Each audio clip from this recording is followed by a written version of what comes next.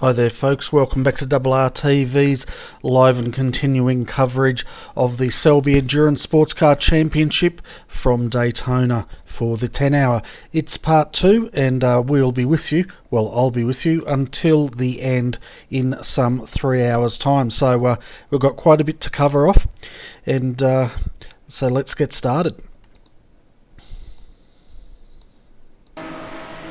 Okay, looking at our Class A leaderboard as it stands, Dynamic Sim Racing is currently leading Class A, followed by the Redback Racing Team Red. Carnet TDR sitting in third at the moment, Fusion Sim Racing 4, and rounding out your top 5, Dynamic Sim Racing 3, and they are one lap down. Looking at Class B, this is a little bit more spread out. Evolution Racing Australia is leading at the moment. They are one lap up on Blackadder Motorsport, the number 366, in second, and Fusion Sim Racing, the 347, in third. In fourth position, we have Selby.com.au Racing GT3 team, and then rounding out your top 5 is Proforce Racing GTI. Looking at Class C at the moment, we have Team TTL. They have a 1 lap lead over Laser Racing, the 212. Then in third, we have Proforce Racing Porsche. Then 2 laps down from the Class C leader is Blackadder Motorsport 266 in fourth. And fifth is Extreme Racing, the 211. So Class C well and truly spread out at this point in time.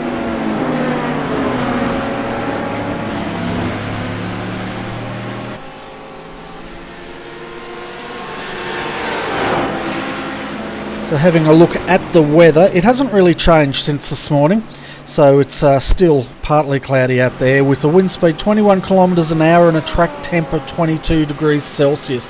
They are using dynamic weather, but it hasn't changed since the start, and that has been some 7 hours ago.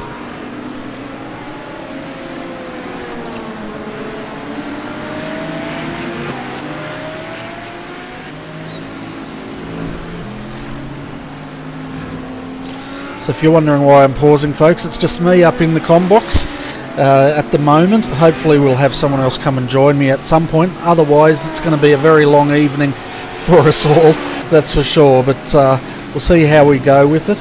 We just had a safety car probably about 15-20 minutes ago, and I'm not sure what brought that out.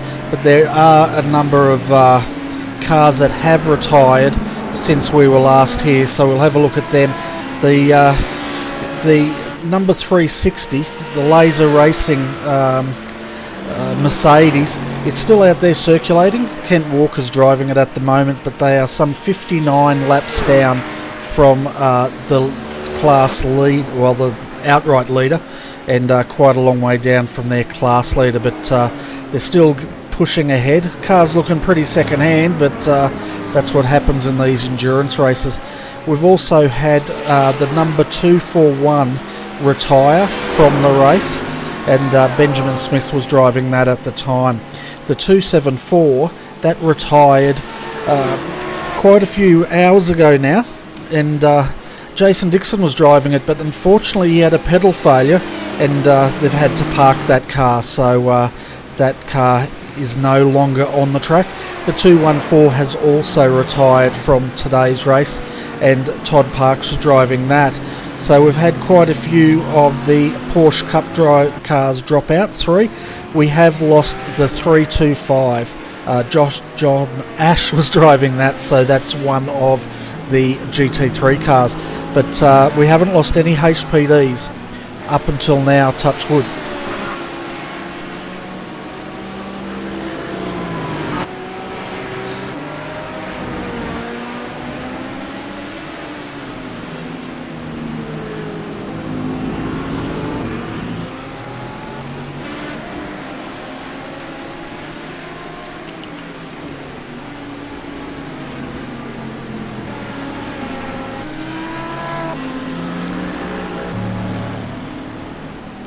was just looking for a replay just before we came on air.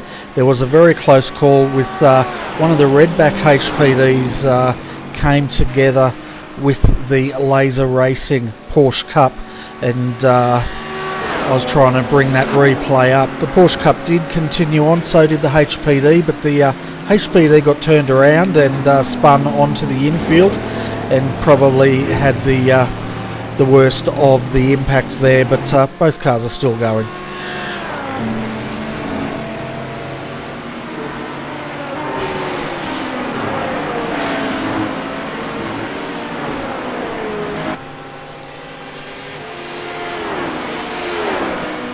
As you can see at the moment, leading the way, Redback Racing Team Red. Dean Briffer's driving that car at the moment, the 101, and they've got a 20-second lead over Carnet TDR, who's now moved up into second place. Timothy Schweck is driving that car. Then in third, 45 seconds down, Matthew Barron, Fusion Sim Racing, the 145, and they've got about a 6-second lead over Justin Richardson in the Dynamic Sim Racing 4 entry.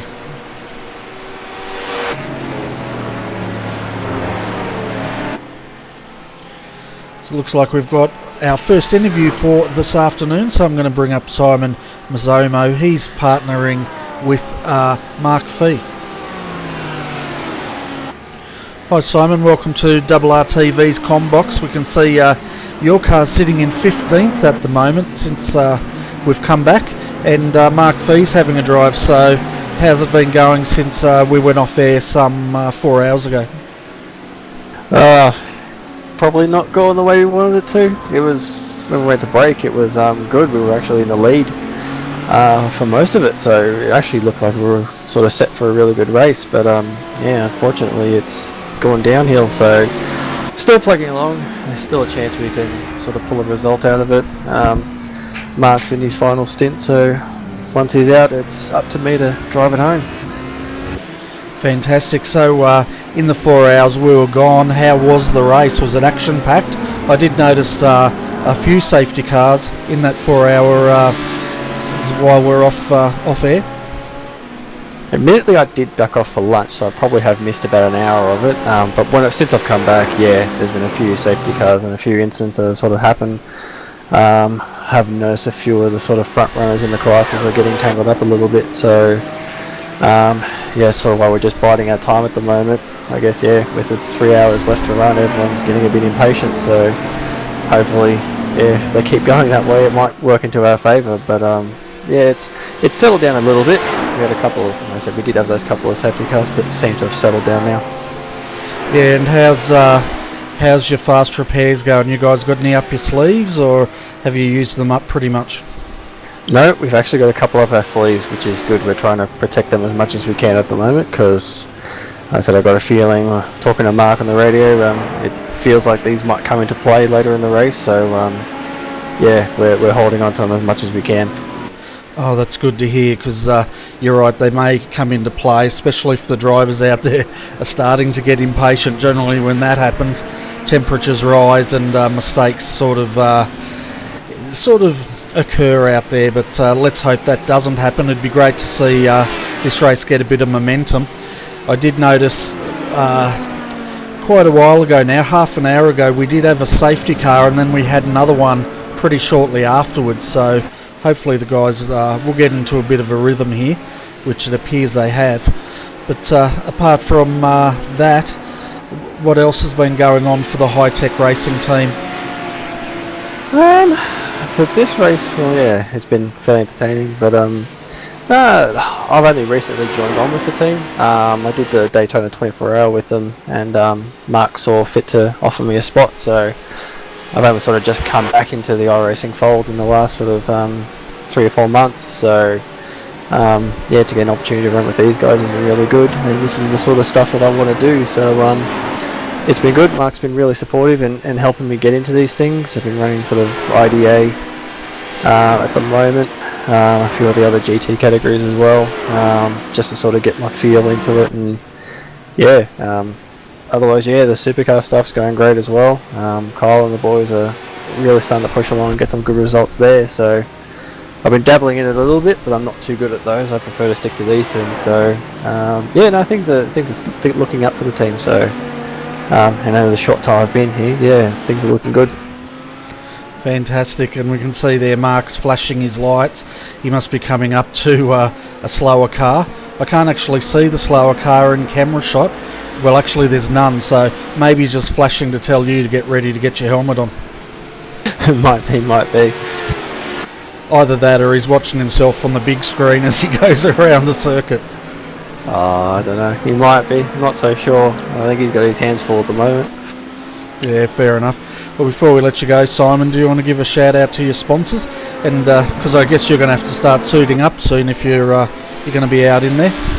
Yeah, not long of a run out there having a go. So, Mark's already sort of thanked him as well. But yeah, Velo Paint and all the boys for all their support. So yeah, hopefully we can bring it home, bring him a good result. Yeah, fantastic, and we have you 2 laps down, so but you're still out there circulating, doing well. There's a lot of cars that aren't, well, a few cars still not circulating, and it looks like either due to hardware failure or running out of fast repairs or whatever. But anyway, Simon, thanks for joining us. Best of luck for your stint, and I'll make sure I talk you up. No worries, thanks for that. See you, mate.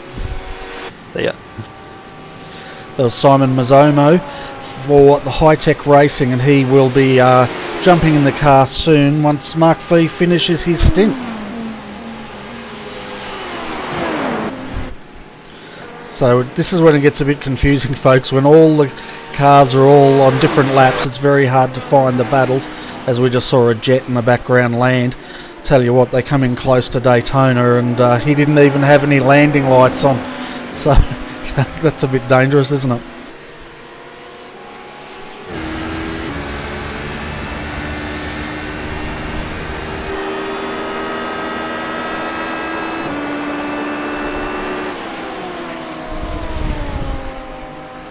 Yeah, I'd like to also apologise for the lack of commentary at the moment. As I said, it's only me up here. I did expect to have a co-commentator, but they have not shown up. So hopefully I can keep you guys entertained and keep calling this race without too much ums and ahs and pauses in between.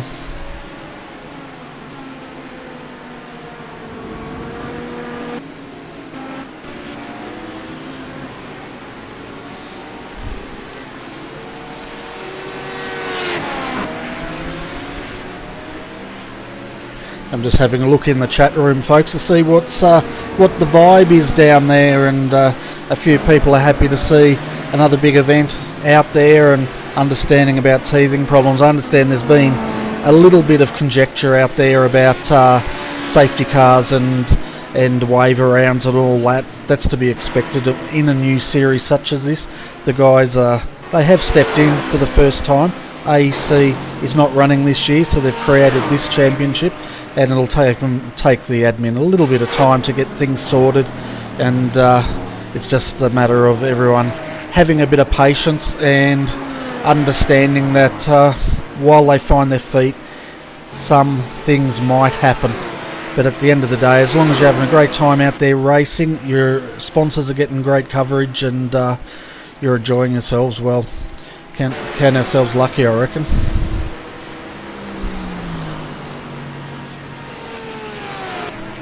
So you can see Scott Stevens out there, Fusion Sim Racing in the 347, currently 18th outright, and he's having a good battle there at the moment. I'm not sure if that's for position. No, it's not. It's a Porsche Cup. Of course it's not for position.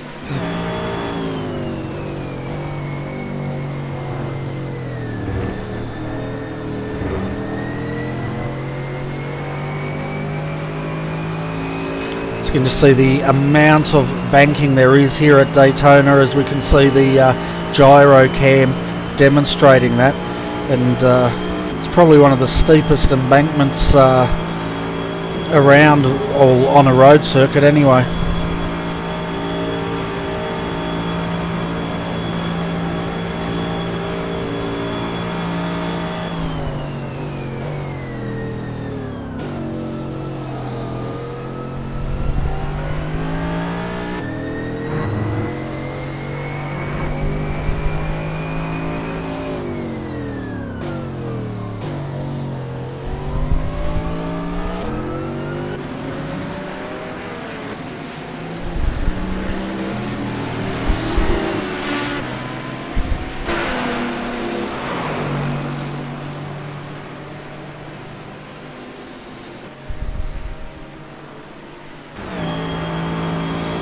can see Steve Horn at the moment. He's trying to round up Michael Hammond.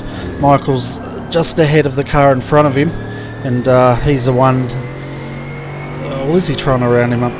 I don't know. I don't know what I'm talking about at the moment, folks.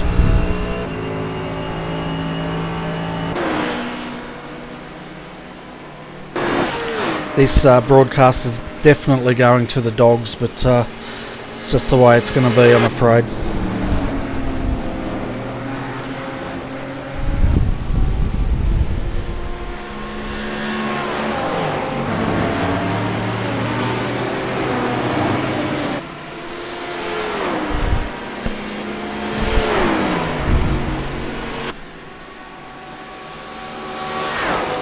See at the moment Evan Lathuris, that's a new name I haven't heard from before.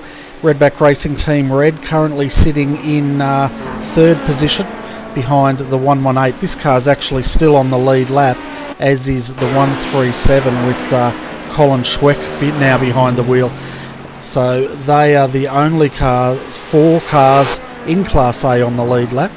The next one is David Jellings, and I think he is down one lap at the moment, but our leader is Matthew Barron, and we can see him there. He's just put David Jellings down a lap, doing a good job here for Fusion Sim Racing. They're looking very strong. They've pretty much been in the top 5 all day long, and that car's looking almost as new as it did some 7 hours ago.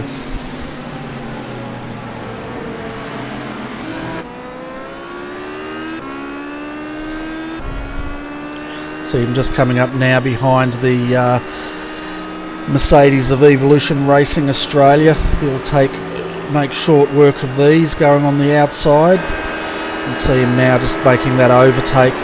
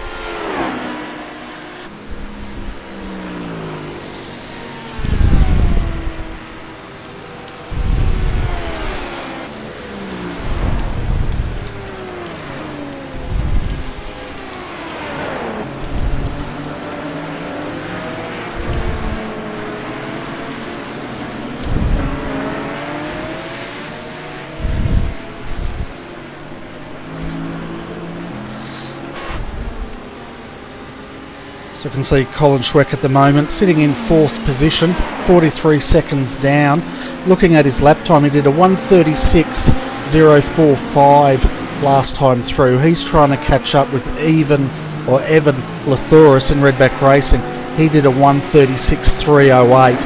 So a lot of work there for Colin to close up. But it just takes one safety car, and the chances are we're going to see a safety car because we've seen a number of them today. And then these top 4 will close back up again.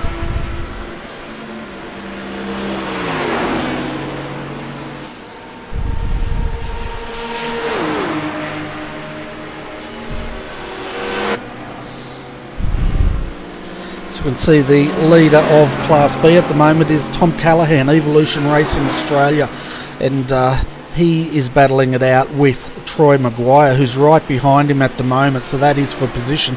Scott Stevens is a fair ways off, but on the same lap, so we'll stick with this battle for a bit, because looks like Troy is going to be making a move soon to take the lead in Class B.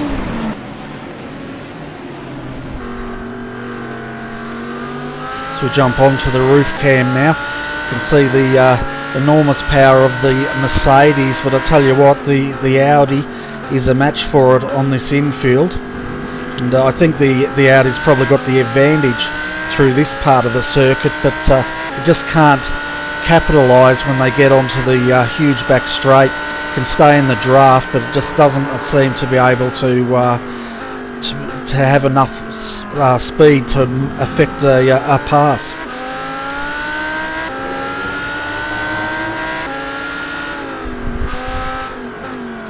See the velo paint entry go through there, and I tell you what, they come up on them pretty quick, don't they?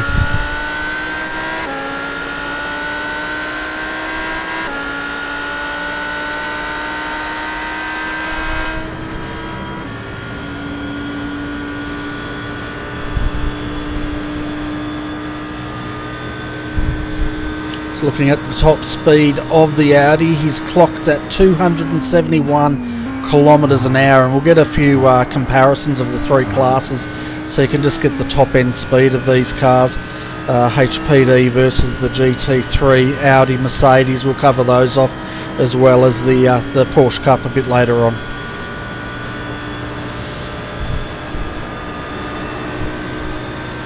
See one of the redback HPDs going past. The speed difference is quite large, isn't it? But you can see now the Audi's just getting into that slipstream. He's pulling in, and he's probably caught about, what, 3 car lengths, but then they're back to the infield, and he's got to start fighting all over again to try to get that ground.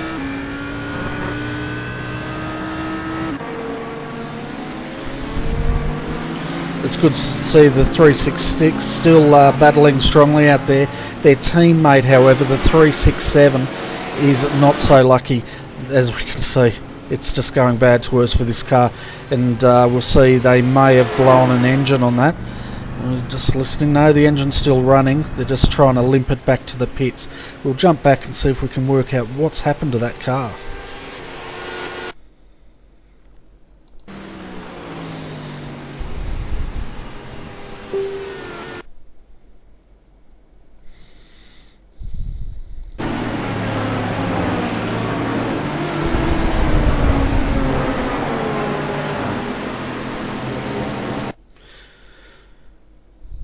Sorry folks, I'm just trying to jump it back to find out what has happened. So it looks like it... No, my goodness me, this is the longest replay. I'm jumping back by 40 seconds. Let's jump back over a minute. This poor car is... okay, so it's pointing in a straight line here. So let's see exactly what happened. Obviously it's happened after the start-finish straight, because the poor guy's... Mark is trying to limp that car around, and he's doing his best to keep it off the track and not cause a safety car, but he might have been better off just parking it, I think. But let's see.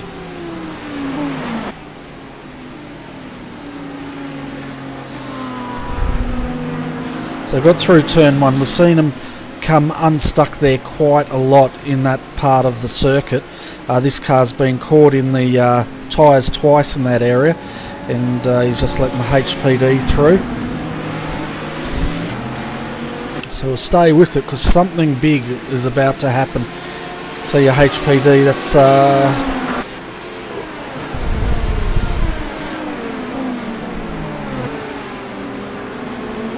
it's just flashing his lights back. Oh, there we go. That's where it all came unstuck for him, and he got nailed by the laser Mercedes. So that explains where all that damage has come from in the rear suspension of that car.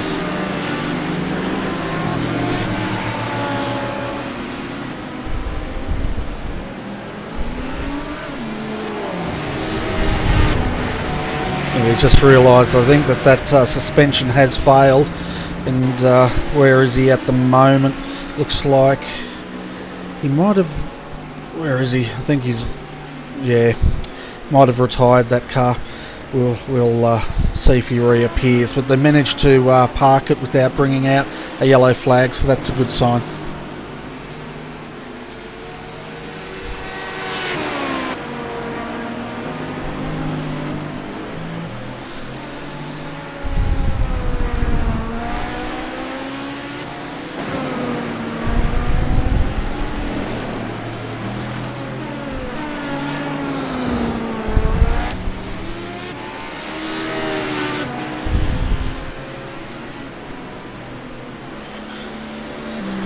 See at the moment Justin Richardson Dynamic Sim Racing are leading the way, but let's go down and have a bit of a look at the Cup cars.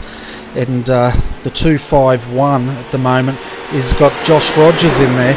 We saw Josh in the V8 Supercars earlier in the week, Friday night, and he tore them apart in there, and he's doing the same thing at the moment in Class C for Team TTL's entry, and it's looking good for them. So bring up, got Dean Briffer there from Redback Racing. We'll bring him up and have a chat. He's teamed up with Evan Lathouris here in the Redback Racing Red team. Hi Dean, welcome to RRTV's Combox. I see Phil Hobbs is down there. Is he part of your team as well? Hey Bernie, hey guys listening. He's not in my car, but he's definitely a part of the Redback Racing team. Yeah, definitely. Is he in one of the other Redback cars, or? Yeah, he's in the 103 Redback Racing white car. You've had unluckiness this race. Alright, well I'll bring him up after yourself and tell us about the 101. It's looking pretty good out there. You've led 88 laps of this race tonight, and sitting in second, it's looking, won't put the mockers on you, but it's been a positive experience up until now. Yeah, it's been really enjoyable so far. The car feels awesome, and all our drivers are doing really well. So we're looking forward to the end of the race, and hopefully we can get a podium finish here. Even better if we can grab it first. Yeah, it'd be good. I'm having a look here, 24 seconds down, but going by the way this race has been performing today, I think there's a good possibility we may have at least one safety car. Yeah, I think there will definitely be another safety car out there. Well, I'm hoping so anyway, so that'll be good if there is, and we can close the gap and see what we can do in raw pace at the end. Yeah, and what's the traffic been like out there as far as the HPD is concerned?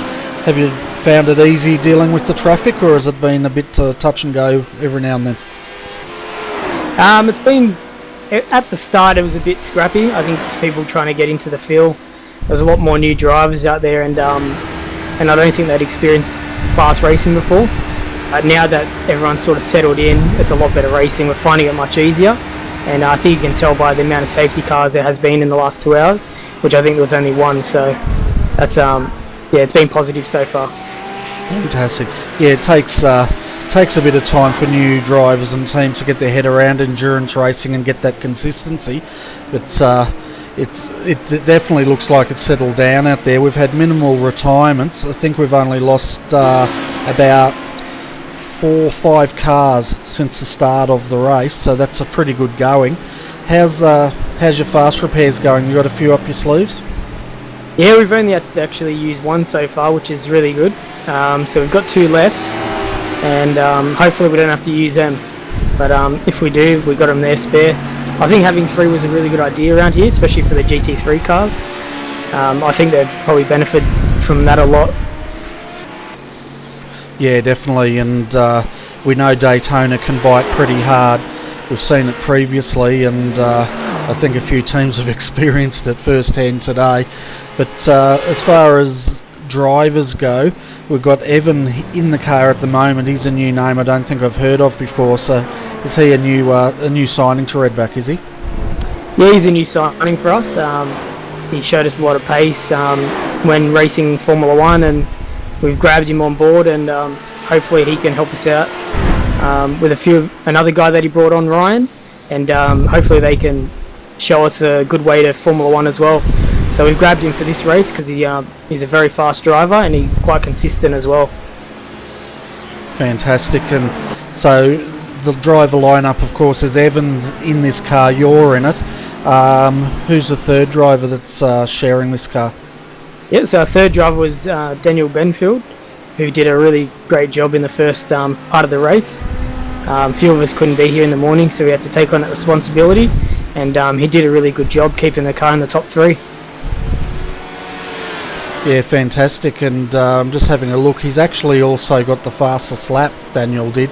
He did a 1:34.336 and that was some hours ago when he was driving it, but that's something you guys can brag about for the time being, as long as you finish the race, otherwise it doesn't count. Yeah, I didn't actually know that, so great to hear. Yeah, he's a very quick driver. He loves this car and track combo, so it really suited him well, and I guess it's shown. But yeah, we'll be definitely bragging about that to the other Redback teams. Yeah, definitely. So are we going to see you back in the car a bit later on, or is Evan pretty much in there now till the end of the race? Or is Daniel going to get back in? Or is it just a big secret and you're not going to tell me? I could say it's a secret, but I'll be honest to everyone out there, so yeah, I'll be jumping in the car next, I assume. And then who takes on after that, I'm not exactly sure. We'll see how that plays out, who finishes the race off. Yeah, definitely. So we'll see you in the car a bit later on. I guess we should let you go because I've got Phil Hobbs down there on here, how the 103's going. Looks like they're down in 12th and some laps down, so I don't think the news is going to be as good as what you've delivered here on the 101 tonight. Yeah, I wish they could say the same, but yeah, no, they've had a really unlucky run. A few safety cars actually put them out and put them a lap or two behind, and a few GT3 cars have run into them, but apart from that they've had really good pace. Phil and Michael Trooper there did a really good job at the start of the race. They just got really unlucky. But yeah, thanks for the time, Bernie, and thank you to my sponsors for allowing us to be here, Redback Racing TV. Yourself, Bernie, you do a really good job, and Secure Self Safe Storage, who help us out a lot as well. Yeah, Secure Safe, they're an awesome sponsor to have on the side of the Redback cars, that's for sure, and it's great to see so many Redback cars out here. I thought we'd expect to see 2, but I think you guys fielded 3 HBDs. Yeah, the original plan was to field 2, but then we had a lot of interest in the team, and we thought why not grab a few V8 drivers as well who have good potential, and yeah, so we put 3 cars out on track, and hopefully be like that for the rest of the season. Fantastic, and the new paint job looks awesome, and yeah, it's good to see you going back to the classic colours, but yeah, it's awesome. Anyway, Dean, I should let you go, mate. Best of luck for the rest of the race. You've only got another 2 hours 29 minutes till the end of this run. Yeah, good luck, mate. Drink a lot of water. Yeah, I've got it here. You know, I talk so much, I normally don't get through my coffee. It turns into an iced coffee by the end of the night. Oh, no, that's not a good thing. Definitely not. Alright, thanks, Dean. See you, mate. Thanks, Bernie. Thank you. Bye. So that was Dean Briffer, currently sitting in second in Class A. We've got a bit of an update on the 274 car. I mentioned earlier, Jason Dixon, that car was retired. In fact, they had 3/4 of a lap lead when the Fanatic pedals Jason was using failed, and you know, that's really tough to swallow when you have a hardware failure, but it's such is the life of an endurance driver. We see that quite a bit, the hardware failing. I recall Reece Gardner some time ago, his wheel actually came off the mounting while he was driving and he put it heavily into the fence. So these things happen in real life just as they do in sim racing, and it seems like these long races definitely test the hardware.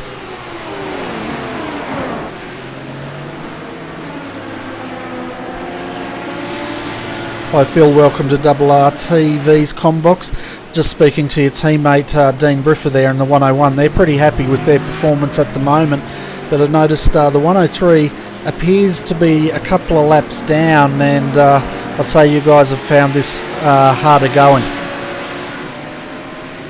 Yeah, how you going, Bernie? We had actually a pretty good start to the race. Managed to get it up to 4th place on a restart, but then got tagged by a HPD out of the S's, which forced us to pit and then put us off strategy basically. So we were pitting at the point where everyone else wasn't pitting, so it sort of put us back a lap there, and we've been struggling along and getting ourselves back up again and down. It's sort of just been a bit of a concertina effect, I suppose, and we're just pushing in solid laps and hoping for the best at the moment. Yeah, so what's the goal here? Like, you guys are sitting in 12th at the moment, 2 laps down.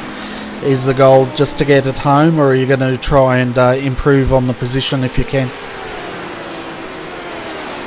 Look, we'd love to see a top 10 finish at the moment. We've been running in the top 10 all day, but yeah, a couple of incidents has caught us out there midway through the race. This is what happens in an endurance race, you just never know sometimes. So we've got David Baxter at the moment pushing some solid laps, so we're hoping, we can move ourselves back up into the top 10. That's our goal. Fantastic. Well, the good news is up to 8s are on the same lap as you guys, so you can get that, and if you get a lap back, then you can go after your sister car, the 102. And I noticed just before we came on air, the 102 had it coming together with the leader of the Porsche Cup class, and they ended up having a bit of a spin there through turn 1. Interesting. Yeah, we had I had a bit of contact myself there with a DT3 car coming through the pack. He just sort of moved out of the way for me and hit the grass and spun into me, so that ended that session we were doing. That's what put us back our second lap. So hey, if we can get that lap back up, and you never know, sky's the limits. We've still got 2 hours to go, 2 hours and a bit, so it's endurance racing, you just never know.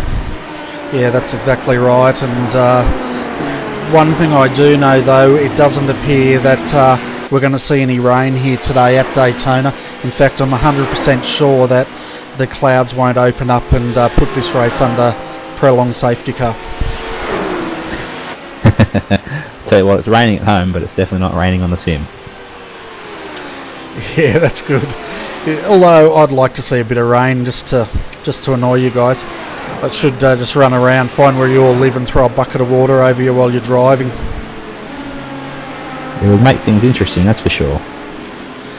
Yeah, and we saw you back in the Skippies last Monday night, and you seem to have enjoyed that experience. Are you going to run it again?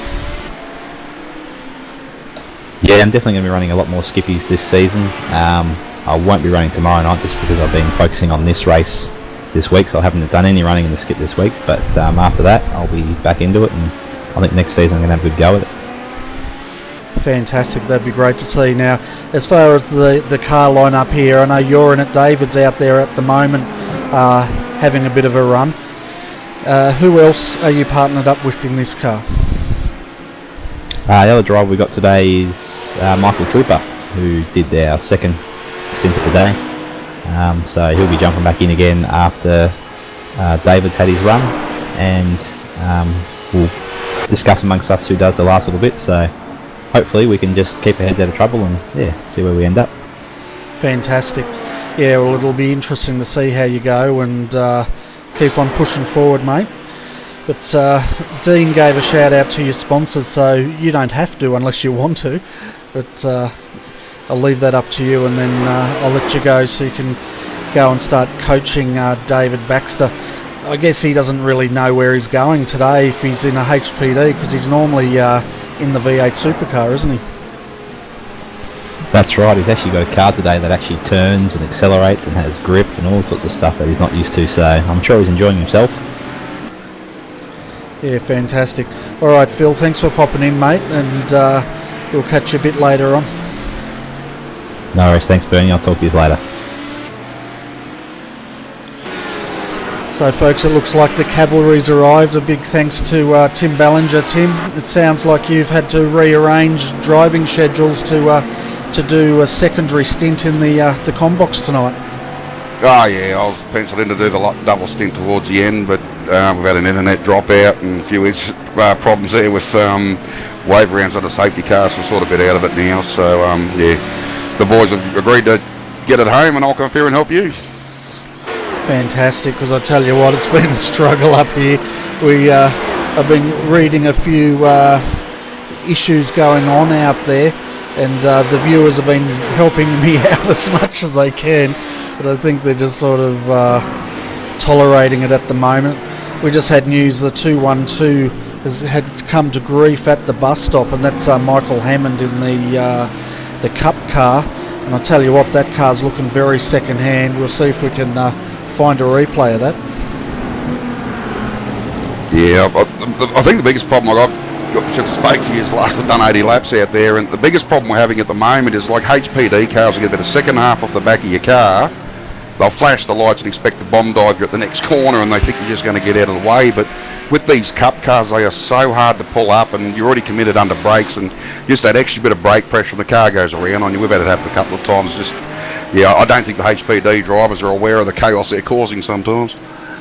Yeah, well, that seems to be the theme. I've heard a number of HPD drivers comment that they've got tangled up with the slower cars, but I've also heard a number of the slower class drivers complaining that reason. As we see Michael Hammond big time into the fence there, and that was on the infield, not at the bus stop, sorry. I tell you what, he nearly collected one of the Mercedes as he re-entered as well. Obviously he's a little bit frustrated with the handling of the Cup car at this stage.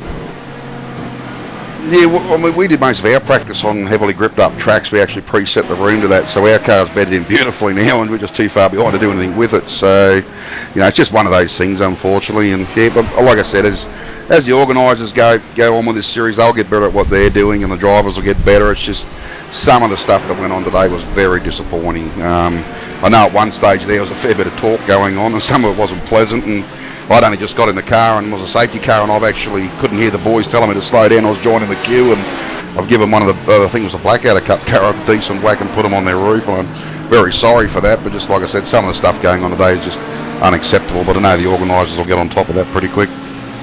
Yeah, I've sort of, since coming back on air, I'm getting that vibe that there's quite a few people a bit disappointed, quite a bit upset with a few things that have gone on today. And you know, but these things need to be ironed out. There's going to be things that teams are going to have to look at, that they're going to need to iron out. There's things that the organisers are going to have to look at and iron out. But, you know, I'm optimistic that, like anything, it will improve. And we just sort of have to be, I guess, tolerant would probably be the word at the moment. Oh yeah, definitely. I mean, like from our point of view, we've got no gripes or complaints. That it is what it is. Everyone's had rough calls today, and it's just racing. And if you can't turn up to the track and handle that sort of thing, well, you're probably in the wrong class. This is multi-class racing. You're racing with other cars. There will be safety cars. There will be times where you get caught out with things, and it's just some days the way the cookie crumbles. You know, we've had a bit of a bad run there in the middle section, but all in all, we're still happy. We've got a reasonably straight car cruising around. We've got a safety repair up our sleeves, so we'll get home and, you know, whatever position we finish in, and we'll be just happy to get it there. Yeah, that's right. And we just have it looking at the 212 after that big hit. Michael Hammond brought that car and he actually spun it again. And they had to get that car in for repair. They've used a fast repair. Jason Bentz has jumped back into that car, and they find themselves second in class at the moment. And the leader of the Cup class at the moment is Joshua Rogers in the Team TTL number 88 car, so or the number 251 I should say. And yeah, he's looking strong out there again.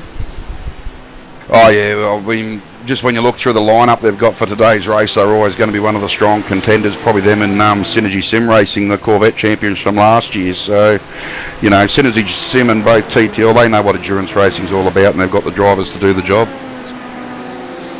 Yeah, they certainly do. And let's have a look at Class C's leaderboard. And at the moment, as I was saying, Team TTL's leading 12.9 seconds over Laser Racing, who were the previous leaders up until that spin. Proforce Racing is 25 seconds down in third. And then, I'm just having a look at this. Man, I've got to fix these overlays. Blackadder Motorsport sitting in fourth, and Extreme Racing, the 211, sitting in fifth. So that's your top five. TDR 237, you guys, are sitting in sixth position in class at the moment. Yeah, no, we're happy where we are. We're just, like I said, from here on in, just going to knock the laps out and see how we go, and yeah, we'll be right. Yeah, so we're going to have a look at some telemetry here, Tim. I'm basically comparing the top speed of the cars as they come down towards a bus stop, just to see exactly how much different they are. We clocked the GT3, I think it clocked out at about 270, well, it was higher than 271 because the Porsche Cup clocked out at 276 with Josh Rogers driving that. Yeah, that's been the interesting thing for today, especially in the Cup cars. If you're close to, I was racing one there before, and you come out of the bus stop and you're close to them, you get in the draft, and you pull out of the draft overtake and you hit the rev limiter, and you just sit there looking at each other. Yeah. So what I think we'll do is we're going to go through, grab the leader of each class, and we'll do that down the straight just to see what they're running, and we'll also try and compare the Merc towards the Audi, and we just got to make sure we get the cars as close to the front as possible. So let's have a quick look at Class B at the moment. Evolution Racing Australia is leading that. The Blackadder Motorsport 366 is still trying to chase them down. They're both on the lead lap of the class, but Fusion Sim Racing in third look like they're down 1 lap. Proforce Racing GTI is down 2 laps now. That was one of the cars I saw in the chat room. They had coming together with a HPD, which cost them a bit of time there, and that's why they're down the order. And then rounding out your top 5 in this class, Class B, is Selby.com.au Racing GT3. They look like they're down 2 laps.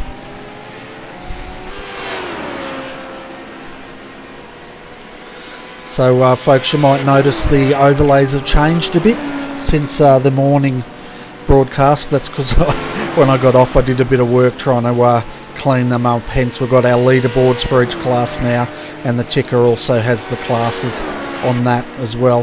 Hopefully that'll make it a bit easier for you guys out there who are watching to know where your drivers are and what's occurring out here on the track.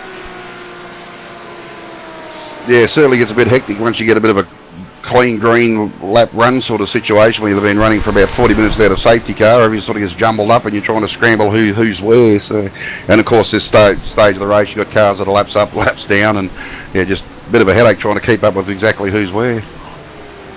Oh, it certainly is. I don't know how the statisticians do it in each of the teams. I find it hard enough just trying to work out the telemetry. You can see the 366 at the moment. They were second in class and they're in the pits at the moment. Just having a look at the time. They've been in there for a very long time and now they're just coming out. Troy Maguire's in that car at this stage. So I don't know if that was a scheduled stop or if these guys had some sort of issue they had to get repaired. Oh, I think they've run out of fast repairs there, Bernie. They've been in the pits, I think, for about the last half hour, roughly. So, yeah, they've had to get the car repaired. You can see she's still looking pretty second-hand, but they're back out there and battling away. Yeah, there's a few cars out there that are struggling, aren't there? But, you know, that's the way endurance is. You get 3 fast repairs. If you use them too early, you find now this is when we start seeing cars dropping out and can't get them back on track. Yeah, definitely. I think Swift Racing's the other team that's currently in the pits. They're in trouble too, so it looks like they've run out of fast repairs and trying to get their car repaired before they get back on the track as well. Yeah, they've been in there since we came back on air, and that was some 50 minutes ago, so they've got a lot of damage to that car. Yeah, a bit of a shame. Like we said, those boys have been battling away now for a while, and each race they get better and better, and I guess they probably personally are looking forward to a good start to this season, given what they've learnt in the last, especially all through last year. Yeah, that's right. Now they're in a Mercedes, so they're going to have to do a bit of development work and to get the best out of that car. We're going to jump on board now with ERA Tom Callahan as he comes back down towards a bus stop. 276 is what the Porsche Cup did. Let's see exactly what the Mercedes is capable of doing.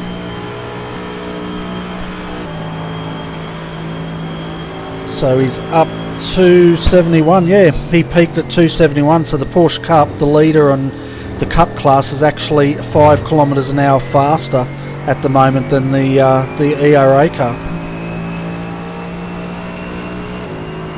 And looks like Misfits car 2, what is it, car 199's had trouble. They're actually struggling to bring her into the pits now. They're just entering the bus stop as we speak, so going very slow, but we'll see how he goes. Maybe might be away again now, he could be alright. Yeah, he seems to have picked up pace again.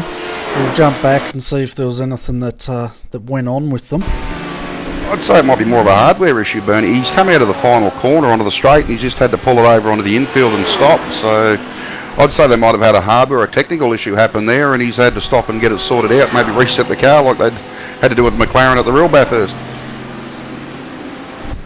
Yeah, well, I see what you mean. He's pulled it up, he's wobbling the wheel. We're actually on the gyro cam there. And yeah, I think you're right. I think he's had to do some sort of hardware reset to get that car going again. Yeah, very strange one, but I guess, like I said, at the real life Bathurst, we actually saw the McLaren have to come to a complete stop on track, shut it down, reset it, and turn it back on. So maybe an issue like that. So looks like real life and sim life are actually marrying up quite well there sometimes. But they definitely are, and we can see him now just coming back on track and back up to speed again. Very strange indeed. But I guess, you know, if you've got any sort of hardware issue, if you can pull it up safely, that's probably the best thing you can do, isn't it? Because we've seen some pretty big accidents where steering's failed coming into a corner and that sort of thing. Yeah, we have seen it. Yeah, steering wheels have failed and brake pedals have failed, and people just shot into about 3 or 4 cars. So if you're going to have a malfunction, that's probably the best time to do it, and to be able to pull the car up, repair it, get it going, and no damage or anything to the car, it's probably, you know, thank God that happened for them rather than something bigger. Yeah, definitely. I just had news also that Swift Racing have chosen to retire that car tonight, so that's just what I've heard on the grapevine.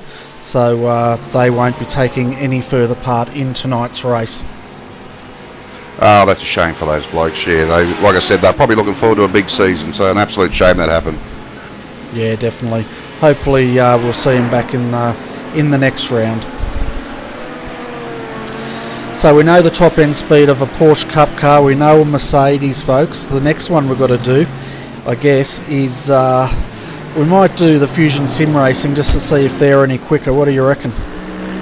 Yeah, my guess probably about 285. Okay, so we're on board with Mr. Kugeley here, and we'll see if it's just that the ERA car's very slow, or if these cars, he's already up to 266, creeping it up, and yeah, the max he could pull out of that car was 269. No, sorry, I thought you meant a HPD. Yeah, they bet 270 the GT3 cars will pull there. So I know, like, as you're coming into turn 1, the HPDs are about the 303 km/h mark. Yeah, little Porsche tops out at 280, and I think the GT3s are about the 280 mark as well, depending on what draft they've got. Yeah, so we're going to jump on board with the Class A leader now, and we'll see what this car tops out at. So you reckon this will be 300 and something?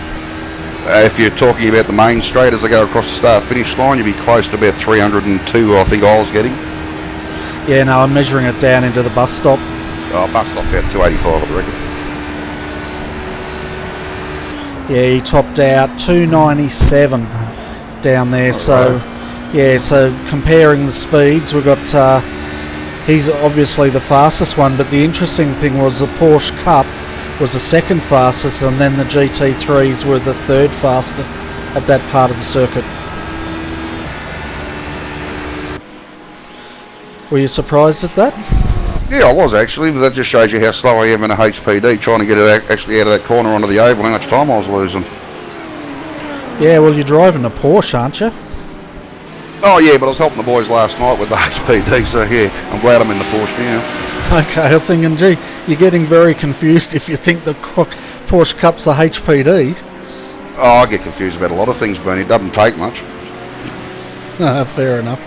So it looks like Sean Thompson's jumping back into the GT3 car to have a bit of a run.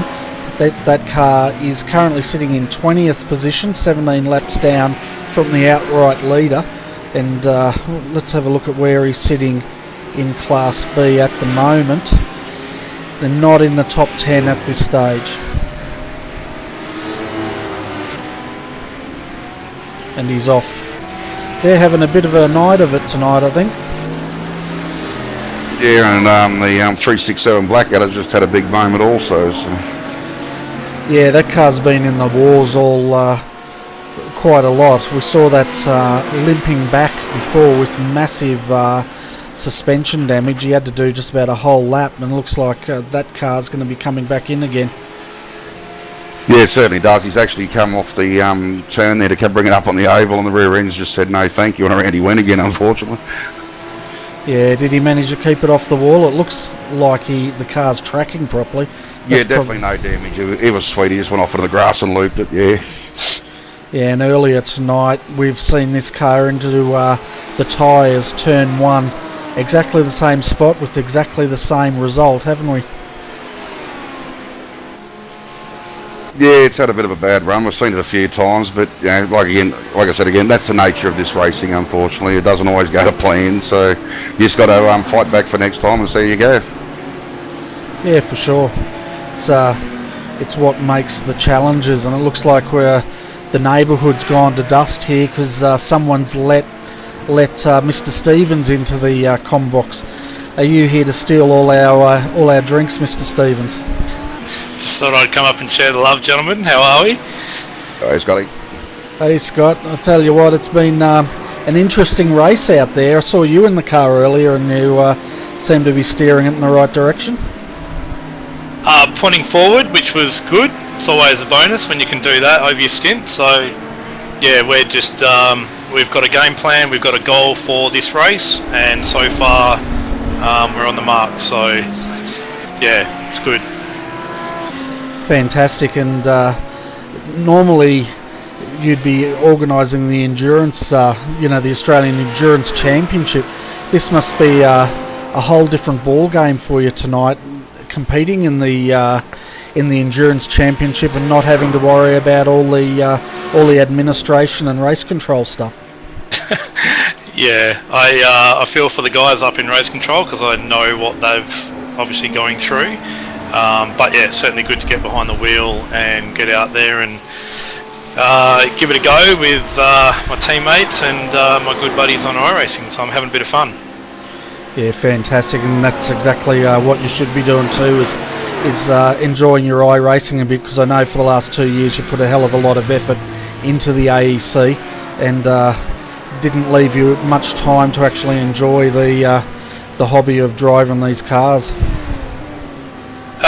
No, not really, I guess, but that's what you take on when you're running a championship or a series, is you forego the fun side of the actual driving. But at the same time, like, running a championship and a series is rewarding in itself in different ways. So, yeah, I mean, you can sit back and say that I've had both ends of the spectrum, so to speak. Yeah, so are you partnered up with Lewis Kugeley? Is that the 347?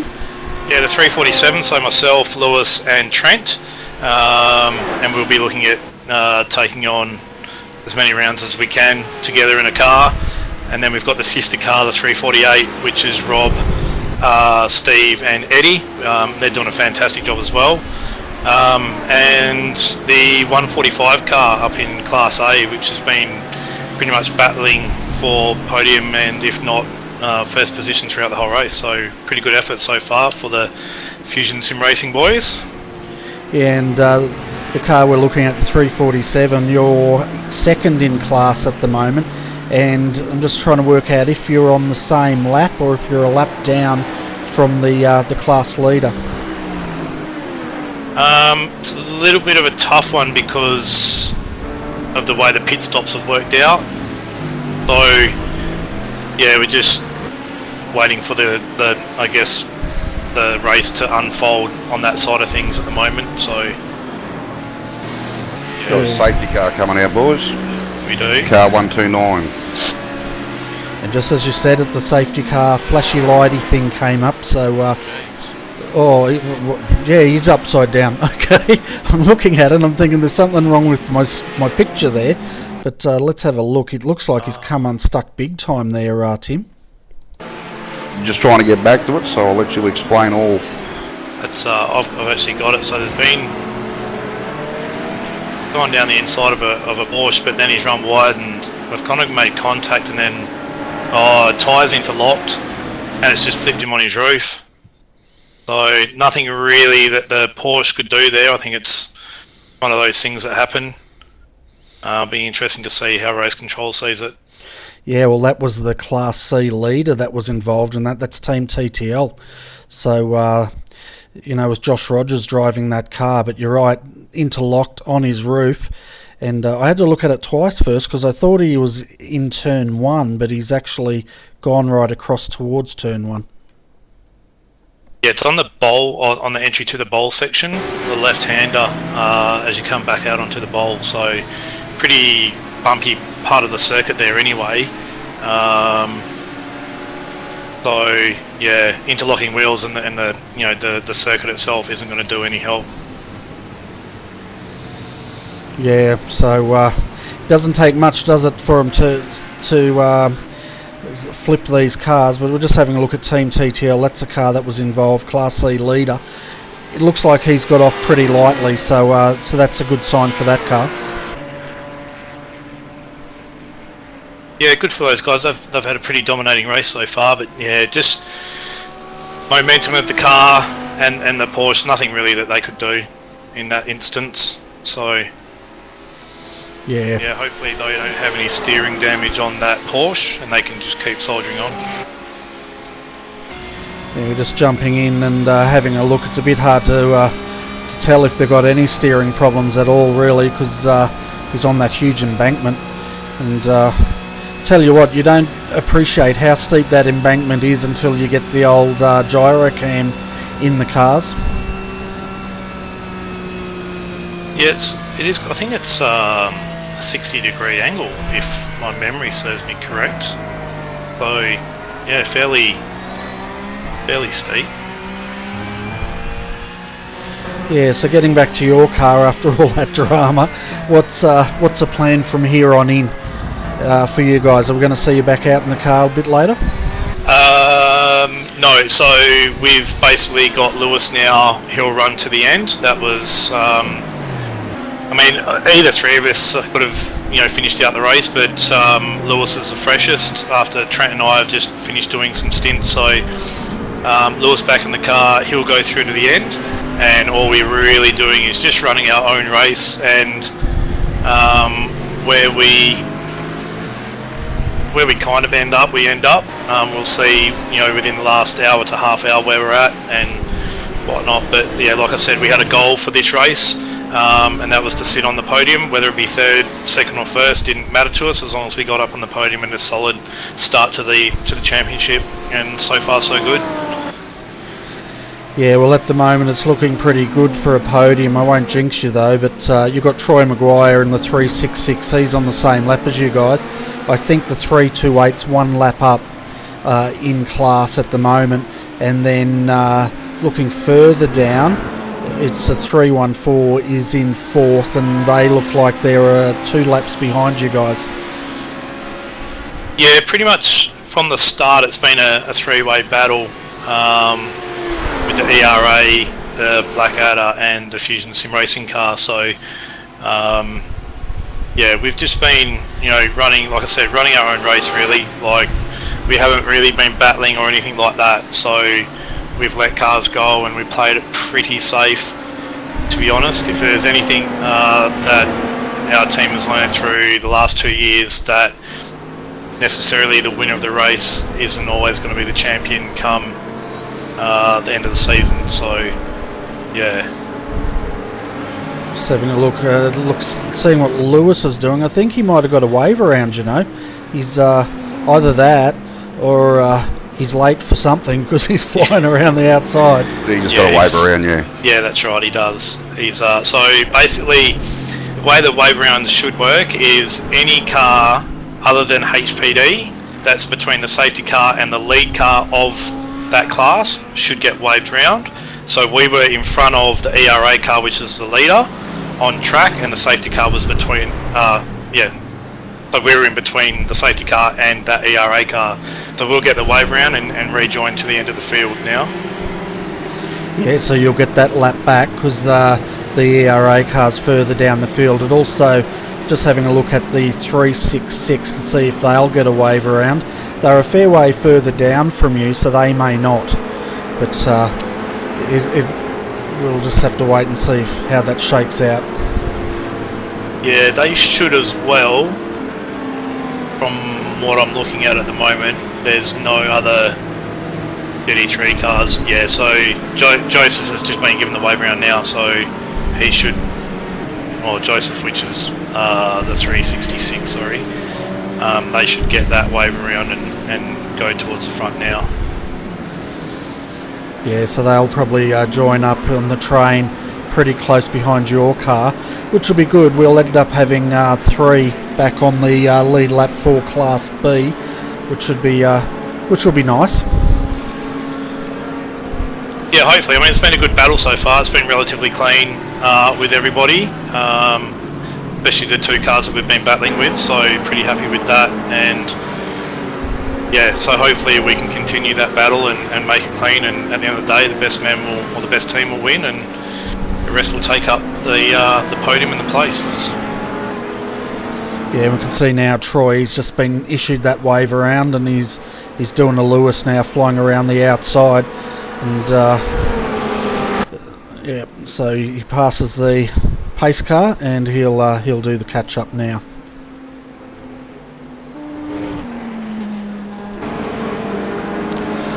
Fantastic. So go on. No, you go on. I was just about to say, I feel like having a McDonald's iced coffee at this point in time. Right. Any particular reason for that one? Or?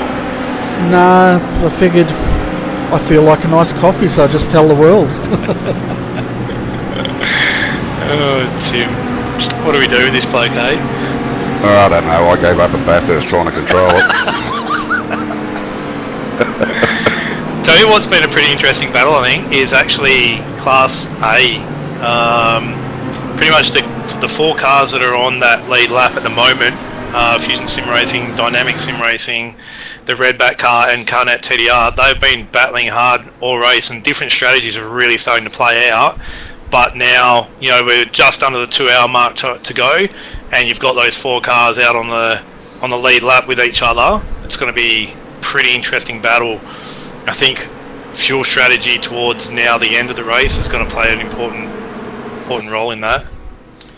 Yeah, and we just saw Matty there up to his old tricks. He tried to do the old foxing. I'm going into the pit lane, and no one followed him, so he stayed out.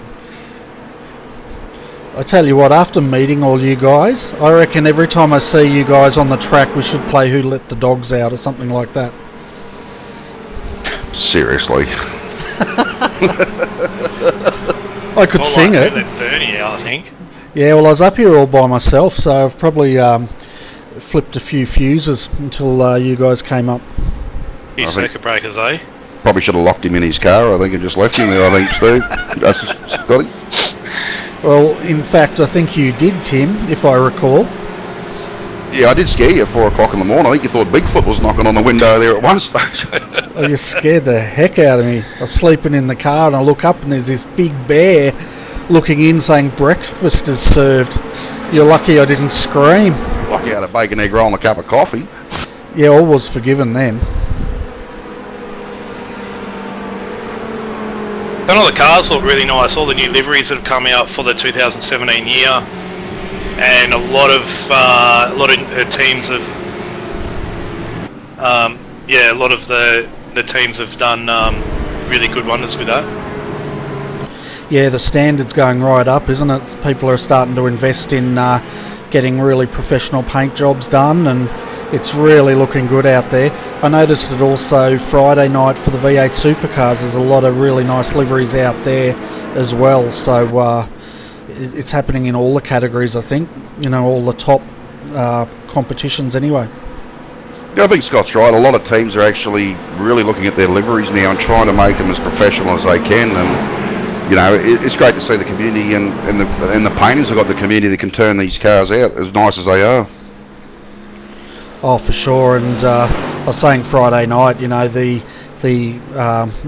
professional painters out there, you can get a livery done at a very affordable price, and I reckon they're pretty busy. I've been waiting for about a week for one of the painters to get back to me, because I've got to get the old Porsche painted up with you know, a big thing that says Tim's bumpkin or something across the side for the start of your series next Sunday night. I'll just get that TV show Finding Bigfoot. I'll paint your car like that for you. Great. Yeah, so if there's any painters out there, folks, who want to earn a bit of money and you've got a bit of spare time, flick me a PM, because I need a car painted. I am in the waiting list for one, but I think he's pretty full at the moment. I could offer you my services, Bernie, but they're probably not the best. Especially if you're going to put a big flippin' Bigfoot on the side of it. It's just going to be a picture of me. I rest my case, and I can see, just having a look down there, is that your car parked on the infield down there, Scotty? Yes, it is. What's going on with him? I've just been listening to Race Control, and apparently for some reason iRacing, the program's actually trying to wave him around the whole field, which would have put him a lap up on everyone, and absolute credit to the Trevor in the car. He's actually pointed out, if I do go through, I'm going to be a lap up on everyone. Trent there's pointed out, so they're trying to sort that out, so absolute credit to the team to actually point out rather than taking the free kick. Yeah, so they're just trying to sort it out. We've seen a bit of this today, haven't we, with the confusion with the wave arounds and yellows and all that. But Scotty, you know exactly how confusing that can be from the admin point of view. Yeah, look, Alan and that guys have stepped up to put on this series, and it's their first round. There's going to be a few hiccups along the way, and we've got to expect that from a driver's point of view. It's the first time that they've run a championship and done live race control.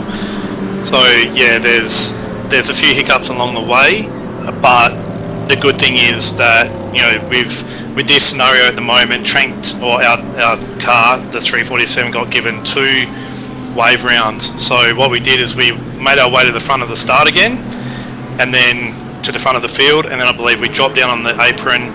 I'm pretty sure we may have been given a end of line, and then because we were in front of the Blackadder car, they were then given an end of line penalty. So we're actually back at the spot where we should have been.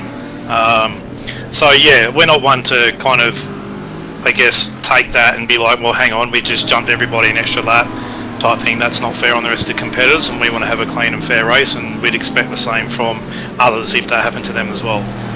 Yeah, fantastic, and yeah, you've very much hit the nail on the head like you always do, and just first round for these guys. I'm really actually grateful they've stepped up to put this series on, because I was extremely disappointed with the AEC not going ahead this year, and very happy to see some people coming up to put a good sports car championship on the table for 2017.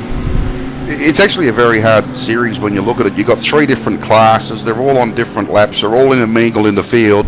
And every time the safety car comes out, you've got to try and sort it out so everyone's back where they were. It's not an easy job. So, they'll get better at it as they go along for sure. But no matter what you do, it's never going to be a straightforward process, unfortunately.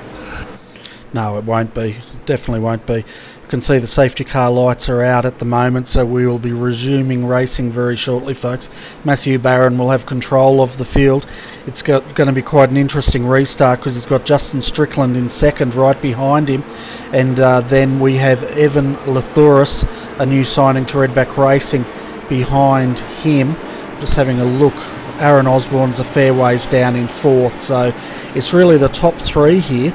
You can see Matthew Barron, he's already got a few car lengths. We'll see if the other 2 close up before racing resumes here.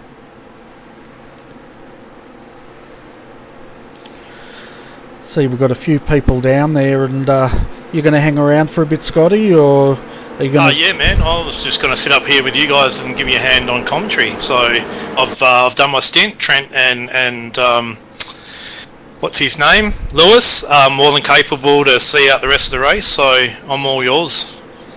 Awesome. It went from 1 to me being spoilt for choice. Isn't that nice? Well, I'll be back shortly, Bernie. I've got to go to help the boys out with something, so I'll be back in a minute. All right, no worries. Thanks, Tim. Yeah, so we're back racing here, folks. You can see Matthew Barron now is bringing that car into the pits by the looks of it. Is that so once once the call for green racing goes, you can enter the pit. So basically their time lost on track is actually minimal, like pitting now, because they're all bunched up. So all they're doing is joining onto the back of the queue. Yes, there's going to be that little bit of a gap, but once the safety car comes out again later, then they're going to be in a good position to advance on that. So it's good.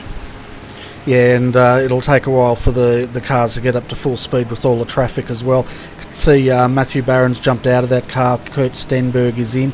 New tyres were thrown on the car, and they should be out very shortly. So far, 32.6 seconds has been their stop. Oh, and also GD3, Bernie, Lewis and Tim Ryan. So ERA lead car.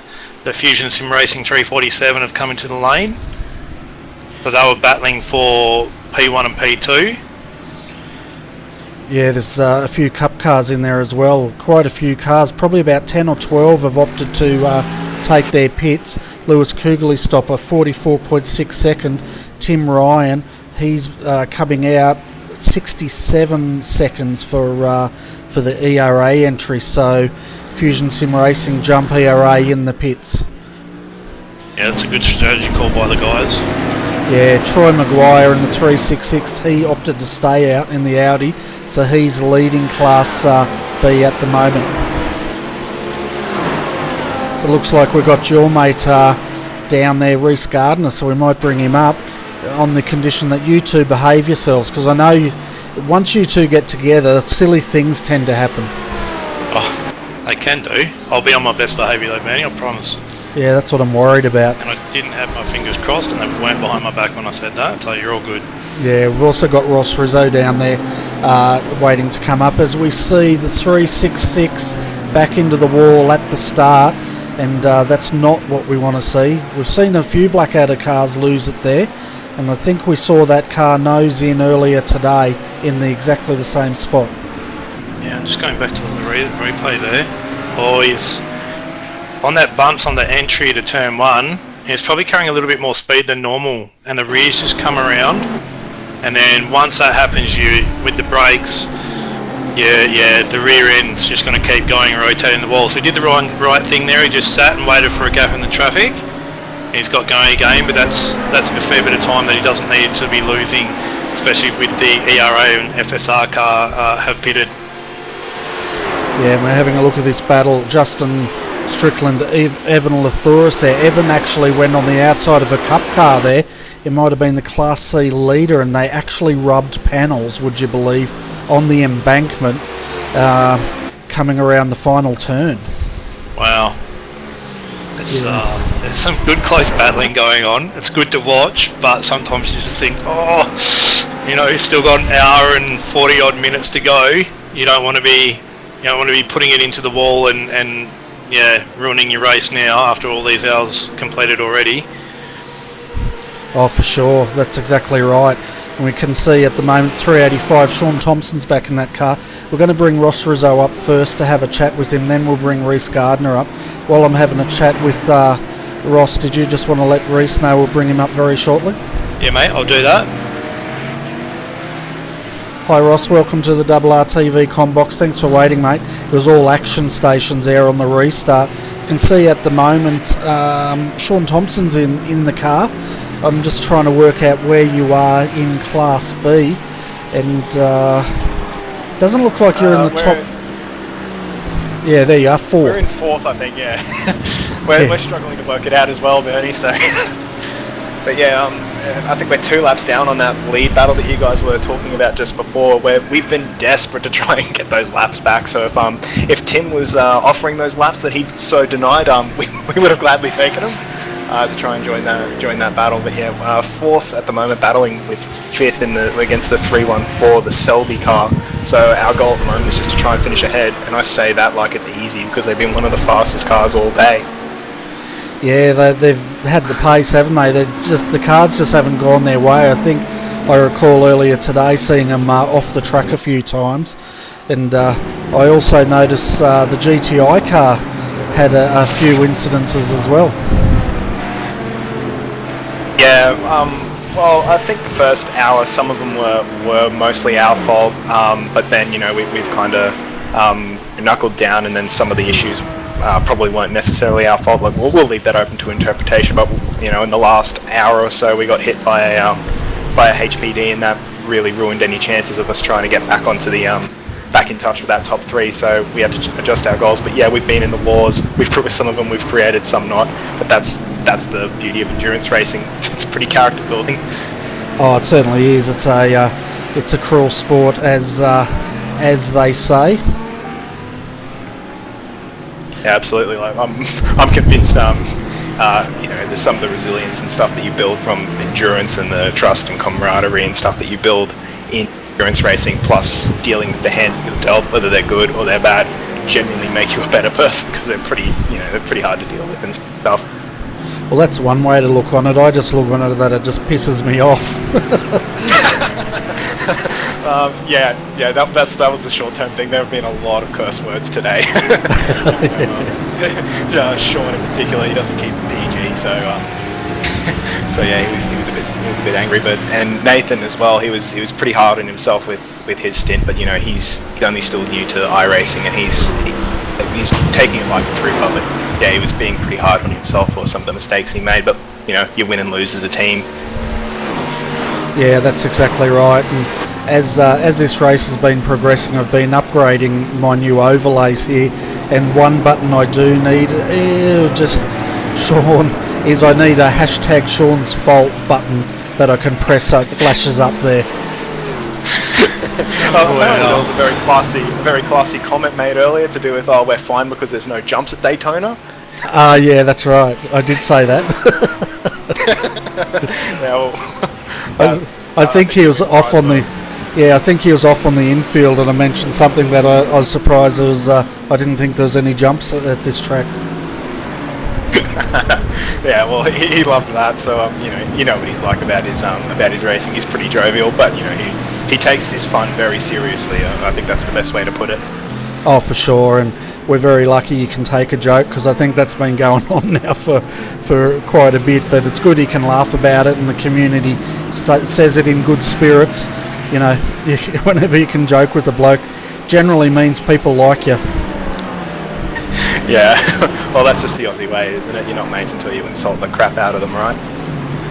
Yeah, that's right. And I'll tell you what, he's sticking it to Lewis at the moment. If these guys come together, it could get a little bit awkward. I'm just saying that, Scott and Ross. Oh, it's all right, mate. Well, it's all right, but it's not Lewis. Well, I'm hovering over the cross button just in case. Oh, it wasn't Lewis, so who is it? No, so that's our second. That's a sister car, the 348. So Rob Spicer in that car, he just come out of pit lane. So, yeah. Okay. Oh, that's all right then. That's fine then. He can beat that car up, I guess. Talk about that. Yeah, I'll beat him to the punch and be like, "Oh, yeah, leave the car out of the woods. We've had enough of this." Hey, Bernie, Daniel trims with Pro Force Racing as well, and they're kind of locked together on track, both cars. Did you want to bring Daniel up as well? Yeah, I will. I'll just finish this one. Ross, before we let you go, mate, give a shout out to all your sponsors, and then we'll bring up the other two for a bit of a chat. Is that what you want to do, Scott? No, I was going to say bring Daniel up at the same time. We would speak to both these guys in the same team, so different cars, that's all. Oh, okay, yeah, we'll bring him up. I feel sorry for Reese, though. He's sitting down there by himself now. That's all right. He's a very understanding young man, Reese. So, hey guys, Pro Force Racing pretty new to the multi-class scheme of things. I know that you guys were having a look at running AEC last year. I think you may have done one or two races as a bit of a wildcard kind of entry. I'm not 100% sure, but first round of the season for 2017. How you guys finding it? You want to go first, Ross? I was about to ask you the same thing. We're too gentlemanly here, sorry. Well, if I can make a comment about the series itself, it's there's been a lot of negativity in the chat about how Race Control have done it. So I don't want to make too many derogatory comments, but I do encourage the community that after the race, that you use the chance wisely to get your voice heard in the forum. not to be derogatory towards the race control, which everyone has been doing all day, but rather use it to advance this series, because it is a fantastic series, and together with Selby and whatnot, we can make it one of the best endurance racing series down under. So I really encourage everyone to use the forums wisely after this race to provide all the positive feedback you can. Yeah, I think it's a good point. Like, you know, we can all sit and pretty easy to point out where things may have gone wrong and stuff. But like I was saying to the guys earlier, this is only the first time that's that Alan Shipway and the boys have put on a championship, and I think there's going to be obviously some hiccups along the way. And you know, I'll put my hand up. I know that with AEC we had, you know, a vast array of hiccups along the way, but only through listening to what people were saying and taking on board. We even had a team managers meeting and stuff through last year, and made some significant changes and whatnot. But yeah, you use the forums, but use them in the right way. Don't, you know, there's obviously things that have gone, you know, there's potentially gone wrong, and we get that, but we've also got to look at the good side. At the end of the day, it's a bloody great series. I've really enjoyed being a driver in it so far, and the majority of the racing has been very, very clean, respectful, and where we can help these guys running the series will only make it better and better for drivers and teams that are involved. So yeah, if there's anything to kind of add, I guess, throughout the forums, I think just, I guess, try and make it constructive is the best way about going about it. Yeah, I couldn't have said it better myself. Daniel, what about you? How have you found the multi-class, dealing with HPDs and GT3s and being in your own race and trying to battle with that as well? Well, for starters, this is the first endurance event I've done multi-class, so it's been quite interesting, but been struggling just to get a breather, just to relax and cool down, but besides that, it's been quite fun and challenging. I think the biggest thing is those, like, how teams start working together, like internally, and I mean teams within a car. So, you know, how you start to work together, and how you can overcome obstacles. Like, I know that we had the iRacing spotter drop out on us pretty much since about lap 2, so we've always made sure that there's been one of the co-drivers in sim and making sure that they're concentrating on, you got a HPD 1 second, half a second, you know, car in front's 2 seconds in front, it's not for position or it is for position, stuff like that. So I think it really becomes a testament on how teams can work together to, you know, make their race better and easier as the stints and that go on. Now, Scott, I've got to correct you there. Your spotter did not actually malfunction. I'm pretty sure I saw him in there eating ice cream, mate. Oh, where did Timmy Raikkonen from? Mate, if anything, he's probably drinking Coronas. The unofficial beer of Fusion Sim Racing, by the way. Just chucking that out there. You got them as a sponsor for next season? Oh, not saying anything. Not saying anything. Yeah, we've had issues with the spotter as well, so that's not nice to have at all. So yeah, we do the same thing and keep our guys is updated on the whereabouts. Yeah, if someone could post a fix on how to get your spotter back, please do so. Yeah, it's actually an iRacing bug, and iRacing know about it, but they're trying to work out how and why it keeps happening. So it is definitely a bug that they're aware of. It's just one of those things that you got to deal with and try and overcome as a team. So yeah, it's good. Well, it's not good, but yeah, you know, get what I mean. Also, Daniel's just saying that they've got a storm warning down there, so I'm wondering if anyone else in that region could be affected in the later part of the race. Oh, whereabouts is that? Not entirely sure. Yeah, there was a storm warning issued. I'm just going to bring it up now to give everyone a bit of an update. There was a storm warning issued northern New South Wales, I think. Oh. Just bring it up, and we'll have a look. I'm in Canberra, and I don't think, what do we got? Severe thunderstorm warning. Yeah, so it's all around the Inverell, Armidale, Kempsey, Taree, that area have been issued, down to Newcastle have been issued with the severe thunderstorm warning, and there's also now a marine warning being issued. Where are they? Bateman's Bay and Eden Coast. So that's also best of luck to our competitors down there, and hopefully everyone stays safe when those storms do hit. Yeah, well, we've seen some big ones, haven't we, come through the east coast.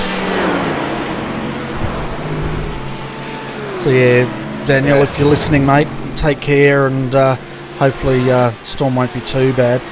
While you guys were talking, I was watching Jason Bentz there past Sean down the straight. So that was the Cup car eating up the GT3 car. Yeah, he did. Oh, well, I'll just have to tell the boss to plant that right foot a little bit harder. But no, those Porsches, well, that particular Porsche has been going pretty well, I think. Jason's obviously a very handy steerer, but we've noticed the Porsches are very handy down the straight, so they become a bit of a nuisance to try and put a lap on. And pretty sure you've alluded to it earlier, but the TTL car that's actually beating quite a number of GT3s, that's just astonishing that they've been able to do it. But yeah, that car's being a real nuisance to pass because of not only the talent in that car, but how fast it is down the straight in the straights. Yeah, well, what we did earlier before Scotty turned up, we actually went to the leaders of each class and clocked them coming down towards the bus stop, and no surprise there, the HPD was by far the quickest, but the second fastest was the Porsche Cup, and there was a good 5 kilometres faster than the Mercedes coming into that area. Oh wow! And also last weekend with the 12-hour, the Kias were a surprisingly fast car down the straights as well. So it makes you respect cars like that when they can pull away from you like that. But yeah, it makes it very difficult to manage traffic. Sure does. We're just watching Sean there. He got in the draft and he started pulling in, but he just did not have enough grunt in that Mercedes to affect the pass on the Porsche. Well, I'm pretty sure he should be happy to hold station. I'm just wondering where that Selby car is, because that's the only one we're really worried about. So I think he'd be happy to sit behind. He's pretty close at the moment right now, but yeah, Michael Hammond's just messaged me saying don't do anything silly, Sean. Well, he's pretty nervous, I guess. I wonder how Jason's feeling. Yeah, well, we're just having a look at the Selby car. They are a good 3/4 of a lap down from you guys. So if anything, I reckon they're just having a look now. Yeah, so they're just coming out of the second part of the horseshoe, and you guys are just coming into the first part of the horseshoe. Okay, and what looks like a lap difference almost. So look, we'll see how it all pans out. We expect that car with its pace to steadily close the gap, and then we'll see where we end up when I jump back in the car for the final hour or so. Yeah, and it looks like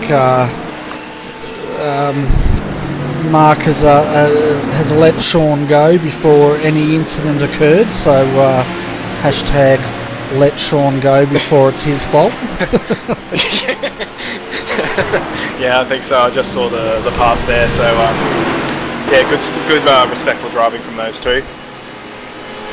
Yeah, definitely. We should get you to give a bit of a shout out, Ross, because we've got to get Reese up. Big accident somewhere. I can hear it. Everyone's checking up. Ooh.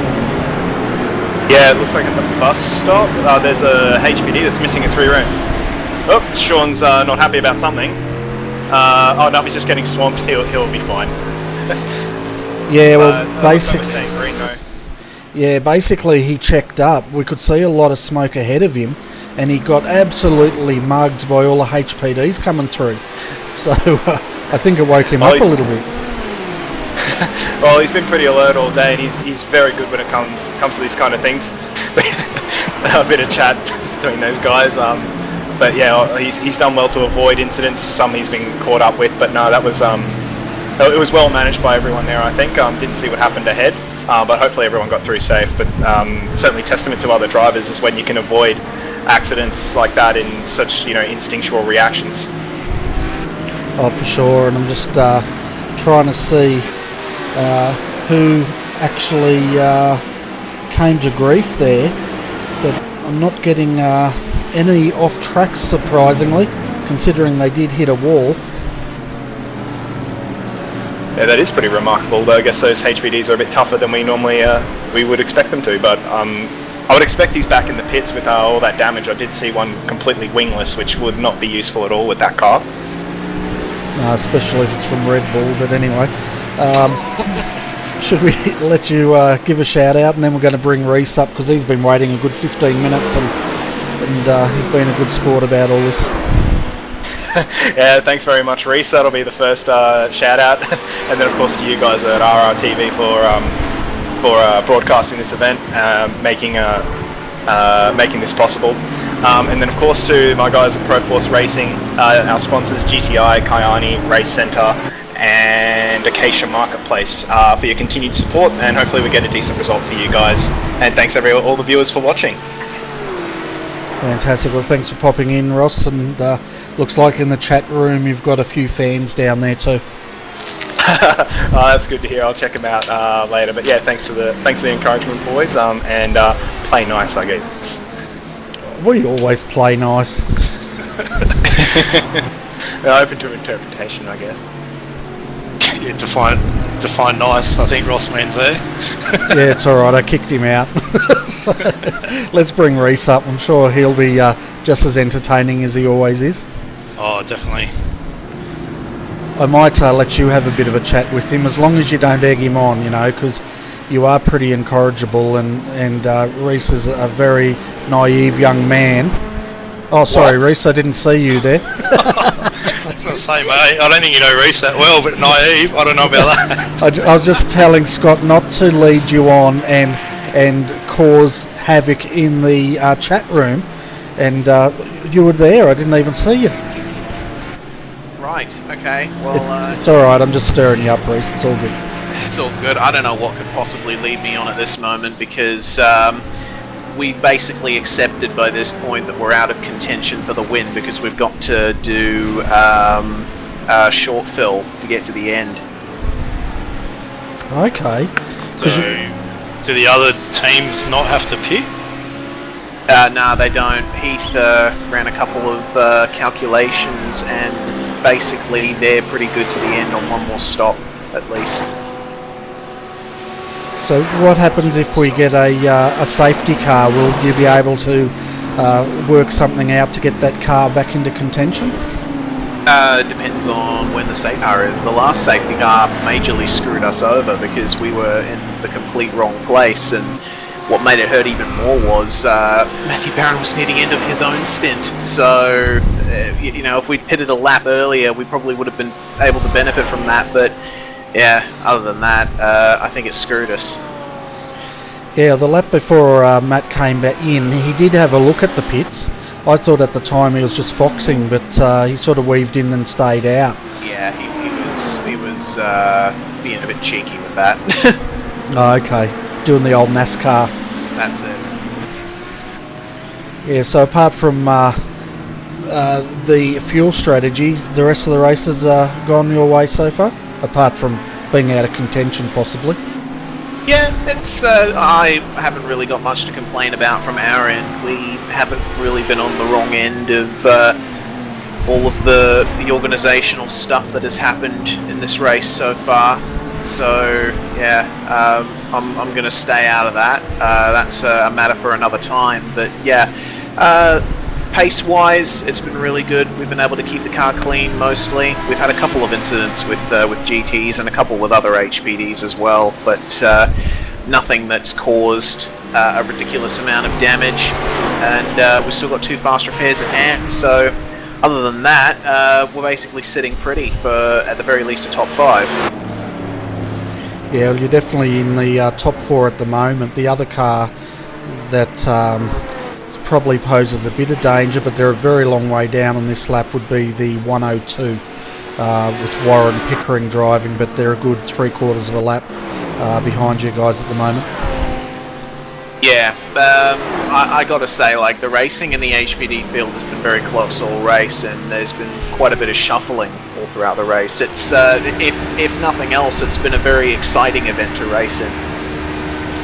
It certainly has. I had a look at the lead changes before we came on air at 4 o'clock, and at that stage the lead had changed about 16 times during the race. Yeah, it's a bit crazy up the front, and if a safety car brings us all together at the end, it's going to be one hell of a finish. It certainly will, and I think the Class A, HPD class, it's been the most competitive, as in how many cars remain on the lead lap, as we just see there, Kurt missing his brake marker a bit. We did see earlier on, Reese, you had a very heavy hit in that same part of the circuit. It looked like you're trying to go on the outside of a GT3 and you just ran out of road. Yeah, I did. It was... That particular turn is just one of those turns where going into it behind a GT, it's basically a lottery, because some guys choose to stay right, some go left to take a wider entry into the corner, and you don't really know until you get there. I made the wrong prediction, and yeah, that's what happened. As Stenny going into the bus stop, that's cutting it a bit fine. yeah, quite an interesting quite an interesting place to come up to GTs. It's been one of the little things about the race that annoys you as an HPD, seeing a GT or two a certain distance in front of you at the bus stop. But you know, that's multi-class racing. It's the same for everybody, and it's just one of those things that you got to deal with. No hard feelings. Yeah, that's right. That's exactly what multi-class racing is about, and I'm sure the slower cars get annoyed when the HPD comes roaring up behind them in the bus stop as well, because they're going as fast as they can make those cars go as well. It's everyone's on the ragged edge, aren't they? Yeah, definitely. And around a track like this, you would not imagine the amount of trouble that we've had trying to get the car set up for this track. And my teammates at FSR will back me up on this. I've been saying, like, all weekend from Thursday onwards, Daytona it's a simple enough track, but it's really, really difficult to get a car set up right for the whole thing. You know what I mean? Like, we've been struggling with understeer, we've been struggling with gear ratios, but you know, we've managed to somehow coax a good setup out of combination with some driving style adjustments. But yeah, it seems to happen every time we go to Daytona, eh? Like, you start off and you think, yeah, I've got a good base to work from. I've done this like 2 or 3 times before. Nah, it's like you're doing it for the first time once again. So you got a good 12 months to look forward to the next one then, Reese. Yeah, true. I'll just be doing all my practice there. All the other rounds, it's like, nah, I don't need to do any actual laps on the track. I just need to do laps at Daytona, eh? I think it's actually quite technical, because you've got realistically 2 types of track. You've got a normal road type circuit, like a full-time road circuit, and then you've got to set up a car for an oval NASCAR, IndyCar style circuit, being the banking side. And what you lose out in the corner, you gain along the straights, or you can set up the car for the other way. So you've really got to find, you know, how to set up the car that's giving you the most minimal compromise through both parts of the track. I know, for instance, with the 347 and the 348 car, we have one corner on the track which is like our Achilles heel, but at the end of setting up the car we said, well, if that's the only corner that's, you know, really inhibiting our performance, we're not doing too bad, considering we're on pace with pretty much getting a podium result. So if that's all we have to put up with, fantastic. But yeah, like what Reece said, it is actually quite a technical track when you're trying to set up the car, because you have to set up, or try and set up, for both parts of the track. Yeah, you certainly do. And as we see Stenny going through the bus stop once again, the bus stop was one of those turns where you have to make sacrifices no matter how you've done your setup. Basically, we figured out that long as you brake early, and it almost feels like you brake way too early as you coast through the first part of the turn. But once you get that car rotated in the mid corner and get back on the throttle, you get it all back on the straight. And in combination with the fact that for the first time we've actually started looking into like the power and torque figures of the HPD's engine, we've been able to extract a bit more straight line speed out of it, which everyone else seems to have as well, which has resulted in top speeds at this track way higher than in years previous. Yeah, I think I clocked, we'll stay on board here with Kurt, but I think we clocked your car over the 300 kilometre mark coming down towards the bus stop, and that's where he's coming now, so we'll get the radar out and get another reading here. Yeah, down into turn 1 we were reaching I think about 307 without a draft, and with a draft we've been edging like 315 or thereabouts, which, having driven the HPD for such a long time, I think that's the fastest I've ever gone in this thing. It's a little scary. Yeah, well, he's topping out at 300 just before he breaks for the bus stop, and we'll stay with him as he comes through this main straight, because this is the exciting bit you were talking about. Yeah, no draft here, but if he's managed to nail the exit of the bus stop, we'll see what kind of a speed he can get down to. You're just going over 300 now as he goes by pit entry. That's 306, 307, 308. Just edging 309 before the braking zone for turn 1. That's crazy. That's quick, isn't it? Yeah. And the faster you go into that corner, the earlier you actually have to get on the brakes, because you're carrying so much more speed. You're getting there a lot quicker. Yeah, and I'll tell you what is absolutely, utterly terrifying is coming into turn 1 at that speed when you've got 2 or 3 GTs in front of you. 10 out of 10. Don't trust me, mate. A horror movie. Trust me, it's not good looking in your rearview mirror when you've got HPDs bearing down on you. Which way is he going to go? Which way am I going to go? Yeah, I think we kind of touched on before about cars coming into the bus stop and stuff like that. And I think smart operators out there have good spotters in their team that will, like we know within our team, at what distance HPD back coming out of the last corner onto the bowl section to the braking zone of the bus stop, how far back they're going to be before they'll get to us. So if they're within that gap, we slightly lift and ease off so that it's nice and clear for them to get past. I was even tapping the brake pedal a couple of times to notify guys I know you're there and I'm letting you through, kind of thing. Yep. And it just made my life a hell of a lot easier, but also HPD drivers' job, they just knew exactly what I was doing, came past, did whatever they had to do in the braking zone, and we weren't trying to argue about who was going to get into that corner first. So I think the smarter operators will work like that, and it's less detrimental to your overall lap time in the long term. Yeah, it certainly is, and that's a point that I've emphasised for a very long time, ever since the start of AEC in 2015, actually, and continuing on into ESCC.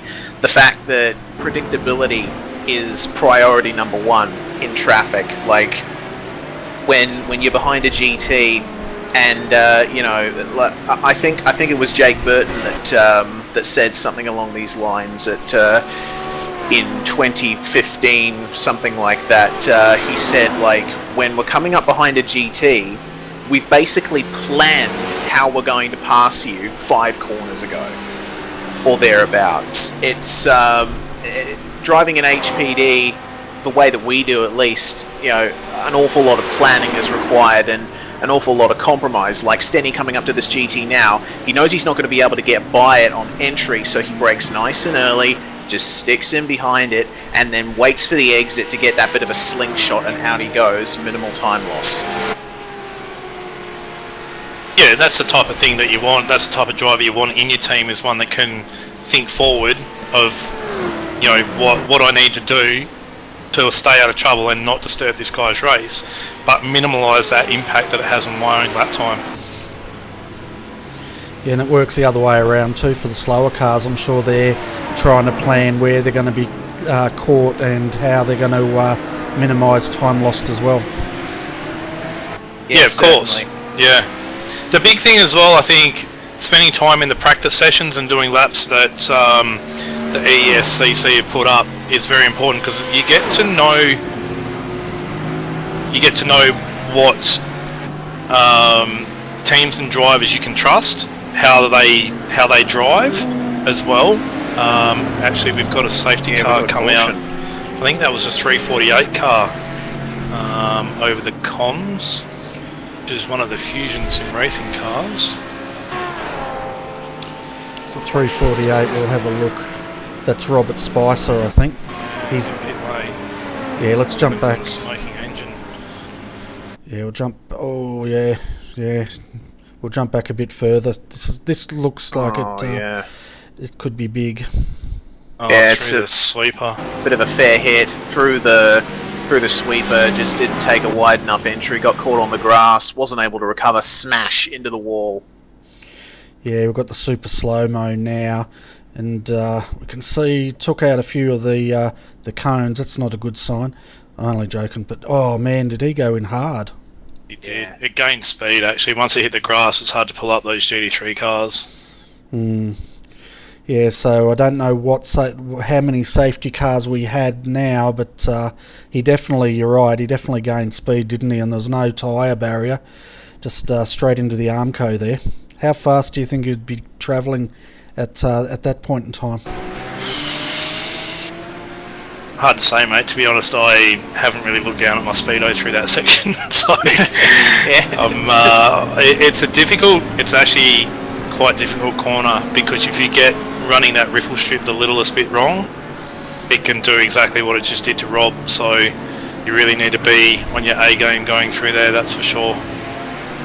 Yeah, it's very much one of those turns that's like there's one line through there, and if you deviate it from it even a little bit, especially in a GT3, you're just gone.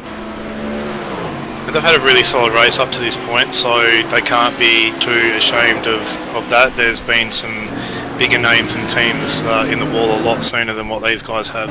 So I think they should still have, from what I know of, their 3 quick repairs. So they'll be waiting on the tow back to the pit lane, which is what they're doing, sitting in the pit lane now, and hopefully they've got everything ticked and ready so they can get a quick repair done. Yeah, that's exactly what they're doing at the moment, and hopefully they'll be back out and joining. I'm having a look at our retirements, guys. We haven't had that many, really, surprisingly. I think we've only had 41 cars, 30... probably about 6 retirements. Only 6? Yeah, only 6. We've got a lot of cars down, a lot of laps, but they're still circulating. So we've got 6 confirmed retirements. Yeah, true. Good to see so many cars still in the running. Yeah, and some of them are like one of them out there, car 60, to their credit, they're just trying to see, they might have retired. They're going to prove a liar out of me. They were 93 laps down, but I had them. They're out. Yeah, and so was Eric Thorpe. It looks like he's there in the pits. So so it's gone up to probably about 7 retirements now. Yeah, it seems to be Laser Racing 2 is the last car that's circulating at the moment. Yeah, it's looking like the T2 Green was one of the 6 retirements that you originally mentioned, Bernie. Yeah, so as you said, Laser Racing, the 360, they are down a number of laps. That car's seen better days, but to their credit, they're still circulating. David Hawkins is driving that car at the moment. Yeah, it looks like they've got a little bit of panel damage on the front of it, so they may have not necessarily run out of fast repairs, but kind of just waiting on something really major to happen to, use that last one in between now and the end of the race in case something drastic happens. And as we've just seen with the Fusion car, anything can happen at this late stage. Yeah, well, I guess now, driver fatigue starts kicking in. I know you've got 3 drivers, but all of those drivers have probably been in the sim for the same amount of time, focusing on the race. So no doubt you're all feeling it by now. It's been a long day. Yeah, it definitely has. And the other thing that, it's even when you get out of the car, you're still spending a lot of time spotting and helping your teammates and just giving them words of encouragement on, you're doing well, just keep up your pace, eyes forward, that kind of thing. So, even though you're not driving, there's still a lot for you to do as a co-driver within the team. Yeah, it's a huge mental workout. Yeah, it certainly is. I know, because I sit up here talking about it, and it's a mental workout. But anyway, Reece, how's your YouTube channel going? You got any more track walks or whatever you do on there for people to enjoy? Well, I'm working on a couple. We'll see where that goes. I'm trying to make a push towards putting up more content more regularly up there. And also working on something music related, so watch this space for that. Fantastic. And when are you going to be back in the comm booth over there in V8s Online? You guys got anything coming up this week that the viewers need to be aware of so they can catch up on all the action? Well, we should be broadcasting the official iRacing V8 Supercar Series tomorrow night. Doing that, get Monday Night V8s back up and running, and also in mid-March, V8 Supercar Online Premier Series is going to be coming back, and I will be in the commentary booth for that. So that's... I am forgetting one thing. We are broadcasting Carrera Cup Australia as well on Sunday nights, starting next week. So keep a lookout for that. I'm not quite sure who's going to be commentating, but I know I'm definitely going to be racing in that. I think it'll be the first time I've appeared on a V8's online broadcast as someone other than a commentator.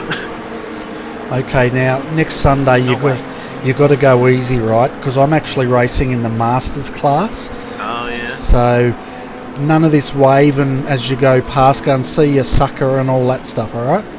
Oh, I can't make any promises, Bernie. Yeah, I might give you the finger on the way past, Bernie. Yeah, probably. I'll paint one on the back of my car. How about that? Yeah, you're so caring and sharing, you guys, aren't you? Are you racing in it as well, Scott? I do have my name down in Masters as well, mind you. But it all depends on. I've got to go for surgery soon, so it all depends on what happens with that. Okay, just remember, nobody puts Bernie in the corner, alright? Yep, okay. Remember that race, and if I forget, can you remind me? Yeah, just like paint it on like the dashboard or something so we can stick it notes on my monitor. Yeah, that's it. Yeah, I was going to say, I tell a lie. I have appeared on a V8's online broadcast as a driver before, back when we were broadcasting Grand Am and Proto GT. Oh, that was a while ago, mate. Yeah, long time ago. That was before I actually got involved in broadcasting. That's how long ago it was. Right. Oh, Grand Am days, jeez. Yeah. We're going back 3, maybe 4 years? Yeah, driving that McLaren. Yeah. Yeah, those were the good old days, weren't they? Yeah. When boys were boys and sheep were sheep. That's it. 100%. Sheep aren't sheep anymore? Well, evolution is a thing. I'm just asking the question. I don't know. When does a sheep stop being a sheep? Yes. Someone ask an evolutionary scientist. Do you know one? I'm sure we can find one on Twitter or something. Yes, I'm sure you're right. Mate, does a sheep stop being a sheep? Sorry. What's the GO from here on out? Just over an hour to go. You're talking to me, mate? Yeah. We put Stenny in for a single, and then we are aiming to do another driver swap towards the end. Remains to be seen whether it's going to be Matthew Barron or Craig Edwards. But yeah, we'll be having another driver take over for the very end of the race. Right. Fantastic. Well, before we let you go, Reese, as always, did you want to give a shout out to all your sponsors and everyone else that's helped you get this car where it is? I think you guys are sitting in 4th at the moment, possibly 3rd. Yeah, showing us on the live timing as 3rd at the moment. But yeah, massive shout out to Eclipse Signage, our newest sponsor signing. Be sure to check them out for any logo or signage needs. www.eclipsesignage.com.au. Also, massive thanks to Dynamic Sim Racing for their support of our team. Dripping paint graphics for the car liveries, and also a shout out to our partner Sim Racing Teams. Very, very good initiative there by David Garcia to bring sim racing teams together as one and promote sim racing as an esport. Fantastic stuff. Yeah, awesome. I'll have to look him up. But yeah, it looks like, I don't know what Kurt's doing at the moment. Does he got a wave around? I don't know. It would be if he. That is very strange. Doesn't look like he's. Has he gotten a wave around? Let's have a look. No. Well, HPDs aren't given wave arounds generally, so I'm not quite sure what the go is here.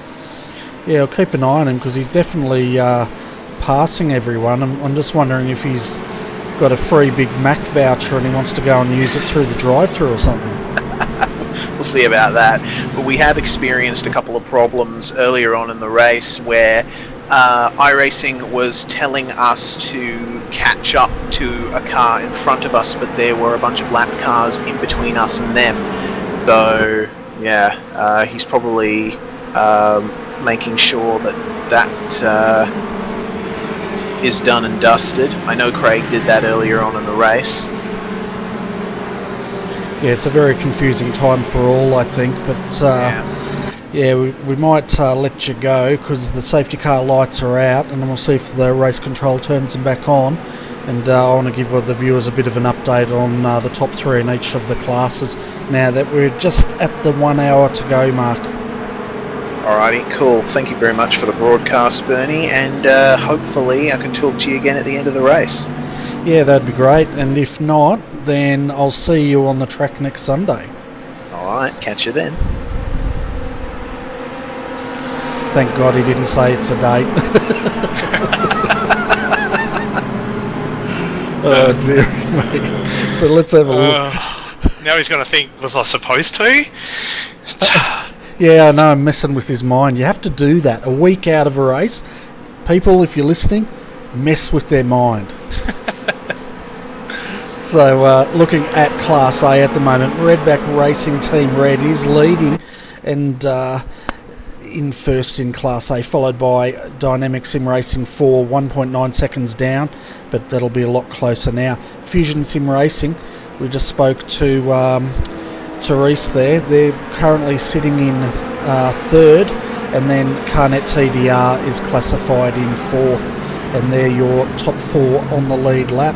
One thing we didn't ask Reese before he left was the fuel situation, because he was a bit worried about that when he first came up. He was, but I think this may be helping them a bit. Clearly have now gained some track position as well, because if you remember correctly, at the last safety car they came straight into the pit lane and literally they're sitting only just behind the leaders now, so definitely gained some track position and got an advantage out of that. Yeah, and under the safety car they might save a bit of fuel, and it looks like we are going to go green now, so we'll be back to racing here very shortly. And Evan Lathoris will have control of this race when the safety car comes in, which it does now, and back to green here at Daytona. Yep, guys have to wait for the green flag to be given first. And there we go, off and racing now. Yeah, so it's going to be interesting now because Kurt is right behind Aaron Osborne, and coming into the first corner everyone behaves themselves, and a clean start here in Class A. Yeah, they just got to take their time with this. Obviously, cold tyres are going to have an effect on the cars now because they've been rolling behind the safety car at about 80 to 90 kilometres an hour. So they've just got to bed themselves in and yeah, just look after themselves. We've got, was it just under an hour to go roughly from my calculations? Yeah, 57 minutes to go. We have all 4 cars now in Class A on the track at the same time, pretty much. Well, they're all been on the track at the same time. They're in the same part of the track at the same time. Man, it's been a long day. It has been a long day. It has been a long day. Just going back into the order of class, well, I think it's Class B, but the GT3 class, and we've got Fusion Sim Racing 347 actually in the lead with the Blackadder 366 currently taking service in pit lane, and the ERA car of the 228 currently leaving pit lane. So those guys have tried a bit of a strategy call. Yeah, and the top 3 in Class B, they're all on the lead lap. Proforce GTI, they are still 1 lap down, but it's looking healthy for the last hour. There's still the who's going to end up on what step of the podium to fight it out in Class B. That's right, and who have we got in Class C? Looks like Team TTL, pretty dominating race really for those guys, and they've got some serious straight line speed in that Porsche. I know it blew past us a couple of times, but yeah, just managed to be able to brake a lot later and get that gap on those guys. But they're a lap in front of their closest rival, which is Laser Racing, who then are a further 2 or lap in front of 3rd place. So that's Class C has probably spread out a little bit, and not probably as much competition for the podium with each other, like not a battle, so to speak. Yeah, that's right. And the 251, I tell you what, they've got some good drivers in that team. Kane Kujami is driving it at the moment. Josh Rogers was in it earlier. And we saw Josh on Friday night in the V8 Supercars absolutely decimate the field. So he's just carrying on as if it's another day in the office. Yeah, they've got a very good array of drivers and lineup in the TTL camp. They've done some recruiting on the off season as well, and added some new drivers to their lineup as well. So they'll be one of those teams that will be a force to reckon with throughout 2017. In pretty much whatever they drive, they seem to do very, very well. Yeah, they certainly do, and it's a good testament to see at the moment. As you said, 1 lap lead. I'm not going to say they're going to win Class C, because normally if I predict that, they're going to blow a motor or something. But they're in for a good shot, that's for sure.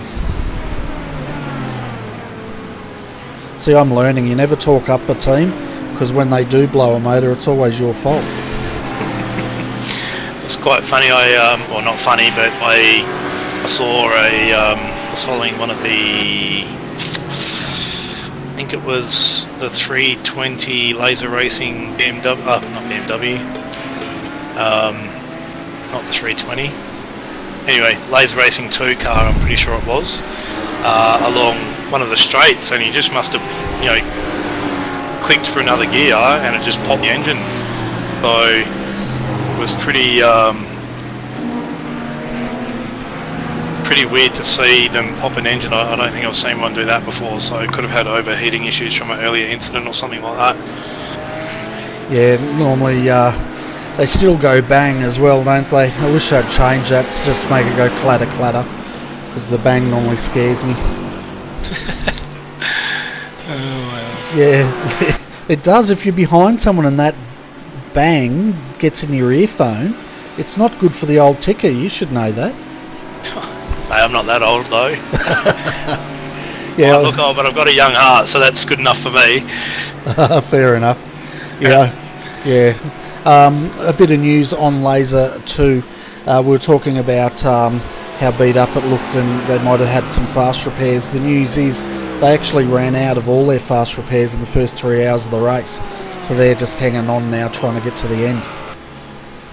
Yeah, okay, that's pretty unfortunate. It's definitely something you don't want to be doing in that early stage of the race. Yeah, we've pretty much got a rule that unless we've got massive suspension drama, cars being on its roof, like really massive damage, we will tend to not to use one. So we were involved in an incident earlier on where it broke the suspension, and Lewis managed to limp it back to the pit lane, even though the incident happened at turn 1, made it a long trek back.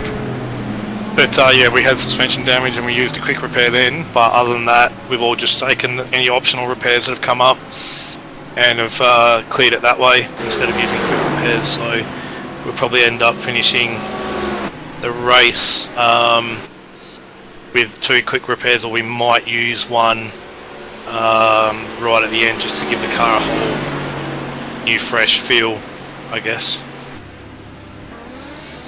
Having a look at Class A at the moment, something's gone on with the 101, because they're just exiting the pits now and they're about to go a lap down.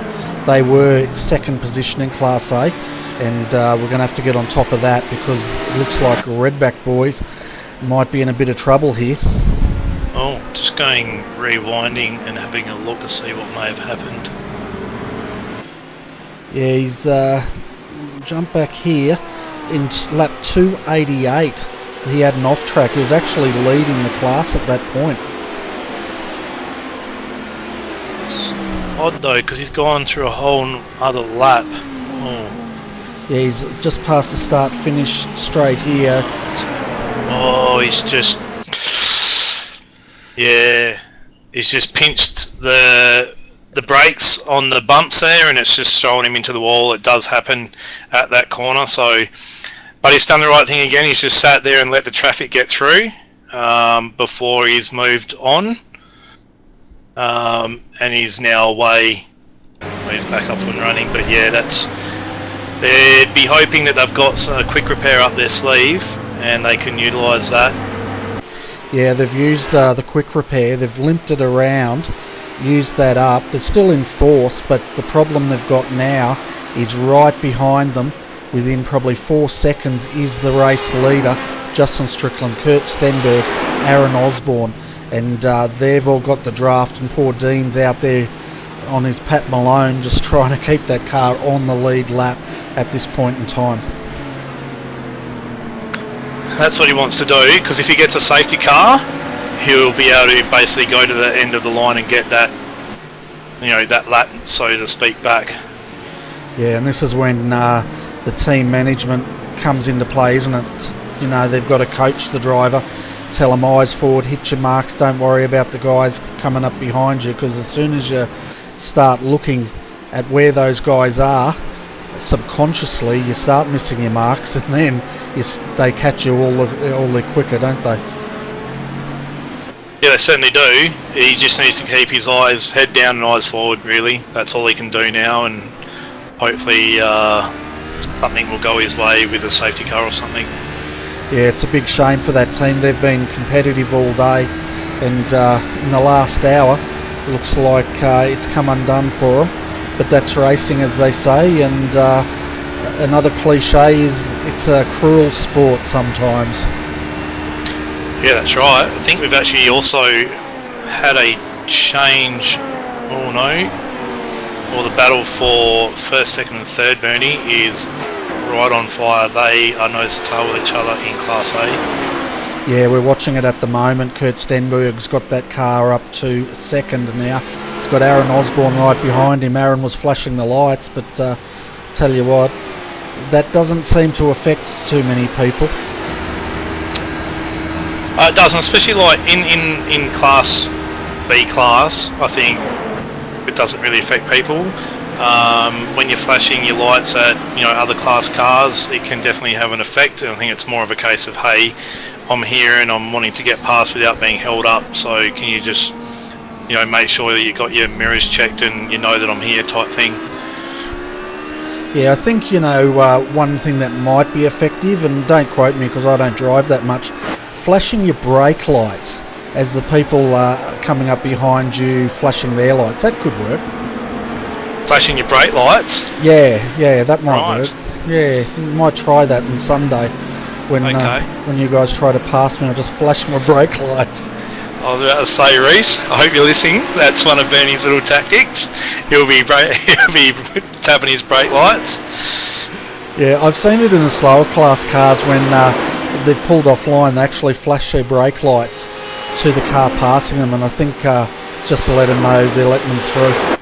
Yeah, which is a smart move too. You don't want to be getting in people's way, as we see. Oh, that's some intense driving there. Yeah, it got a bit awkward there, didn't it? And Aaron Osborne, through the bus stop there with that car a lap down, and I was holding my breath. I was waiting for the... It's one of those things for Aaron though, like he doesn't want to lose that margin to second and first, but at the same time, does the other HPD Matthew Zimmerman, he's running his own race too, and he's got a right to drive. You got the leaders coming through, maybe he could have just let them all through at the same time type thing, but they got through unscathed and continued to race. And we're riding on board with Aaron Osborne. I tell you what, the TDR boys, well, this car, it seems to be suffering from a bit of internet connection issues at the moment. It's sort of flashing in and out a bit, so hopefully that won't get any worse. So, what's happened to the leader of Class A? That was Justin Strickland. Hang on. Let's have a look. Did they pit? What team were they, Bernie? Redback Racing? No, Redback Racing were, that's Dean Briffer. He's still out there. Racing, wasn't it? Yeah, it was Dynamic Sim Racing. I'm just trying to find out who was in that car. So Justin's just left pit lane. I think they've come in for a pit stop. They have, but they've pulled into pit lane, Bernie. So they're going with 45 minutes to go. They should be able to make it to the end of the race with pitting now. Yeah, so this is what Reese was worried about, wasn't it? That they could all make it, and he was worried that Fusion Sim Racing couldn't make it. However, I suspect he was just trying to outfox some people. Do you reckon he's bluffing? Oh, I think so. He's a slippery character sometimes. You've got to watch him. Yeah, I don't know. He's from WA, and I've heard some things about the people over there.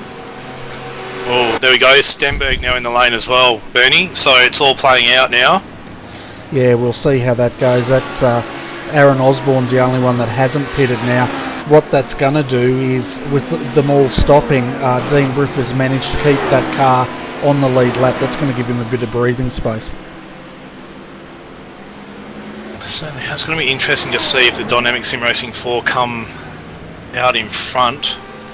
So what the stops are time-wise. I know that looks like Fusion have done a driver change. So Matty Barron, who you'd know well, Bernie, from the RPR Tuesday night C7 League, he's stepping in, and away he goes.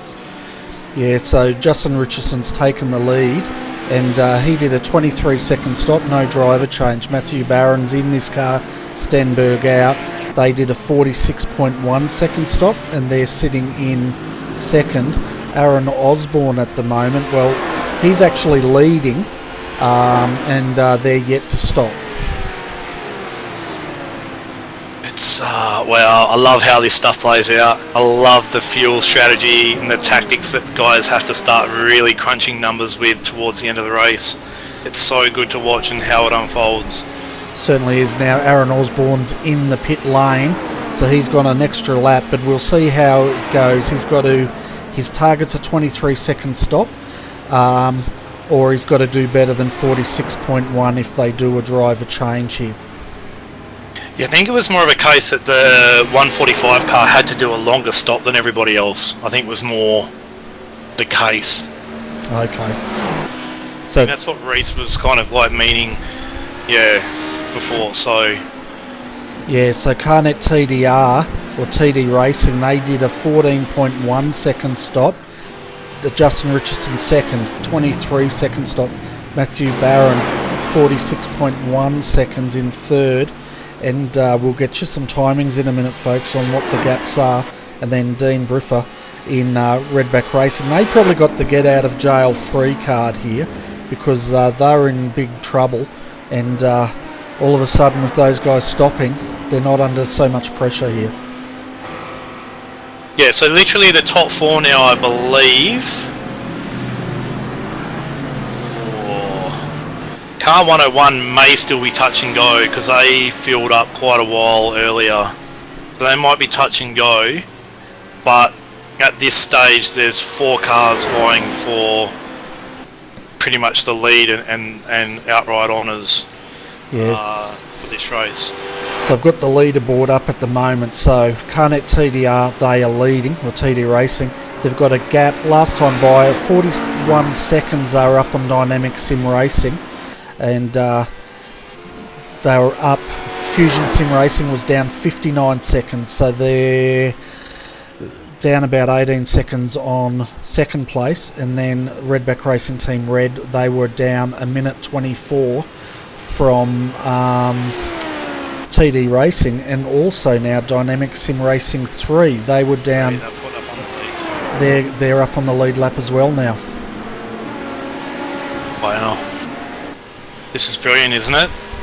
This is the type of stuff you want to see in these type of races, I reckon. Oh, for sure. And we see it over and over again, don't we, with it all coming together in the last hour. We've got 41 minutes of racing to go here, and we still can't call who's going to be on what step of the podium in Class A, so it's great. Exciting to watch the finish. That's for sure. It certainly is, and even on looking in Class B at the moment, we've got Evolution Racing Australia back in the lead, the 228, with Tim Ryan driving it. Second, and not too far back, is Lewis Kugeley in the 347, and then he's battling with, right behind him, Joseph Burton Harris from Blackadder Motorsport. So these guys are actually battling it out now as well for second and third. Yeah, that's right. The Fusion car there actually just got past the 366. So Lewis made a good clean move on, and now they're just trying to all navigate some HPD traffic, which manages to get through, and might have taken them a little while, or a little longer than they wanted, but they have to be appreciative of other guys racing their race as well. Yeah, and we were in the gyro cam with Joseph, and you could actually see the HPD lights flashing. You could see the reflections of them in the cockpit there, so it'd be quite noticeable to the driver, I think. Yeah, certainly would. Bernie, how about a onboard lap with the number 251 TTL Porsche Cup GT3 car? That'd be interesting for the viewers. Yeah, we'll definitely, we're on gyro cam now. We might be quiet a little bit and let them enjoy the sounds of this new Porsche. What do you reckon? Yeah, definitely.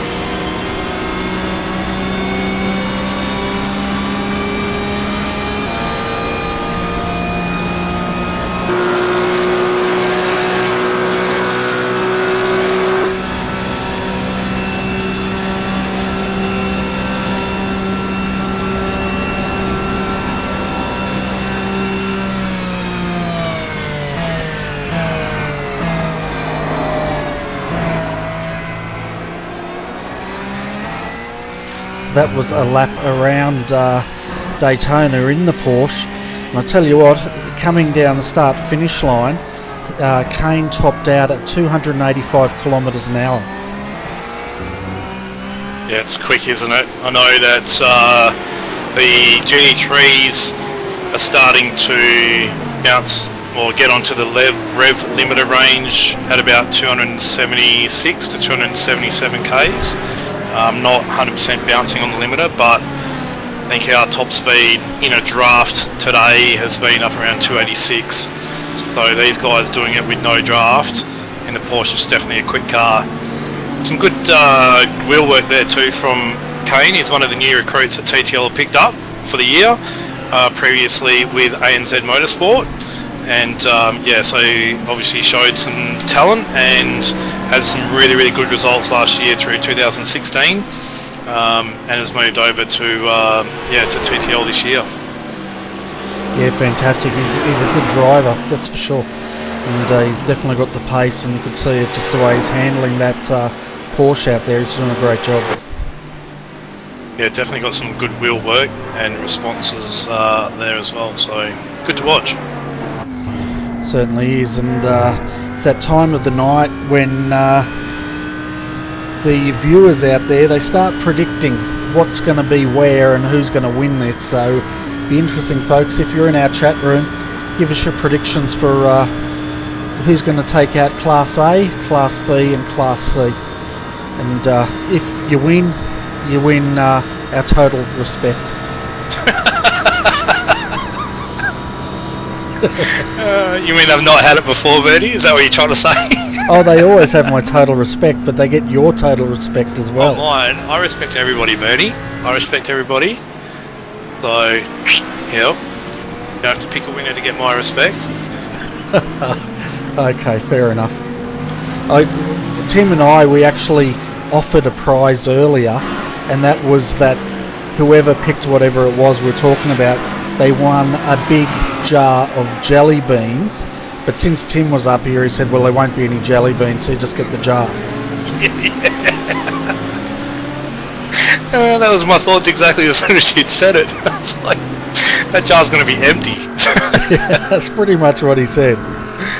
So, yeah, so that little competition didn't go very far. Right. So basically, if you wanted an empty jar, you'd enter the competition? Pretty much, yeah. Fair enough. How things have advanced. So there's some movers and shakers going on, Bernie.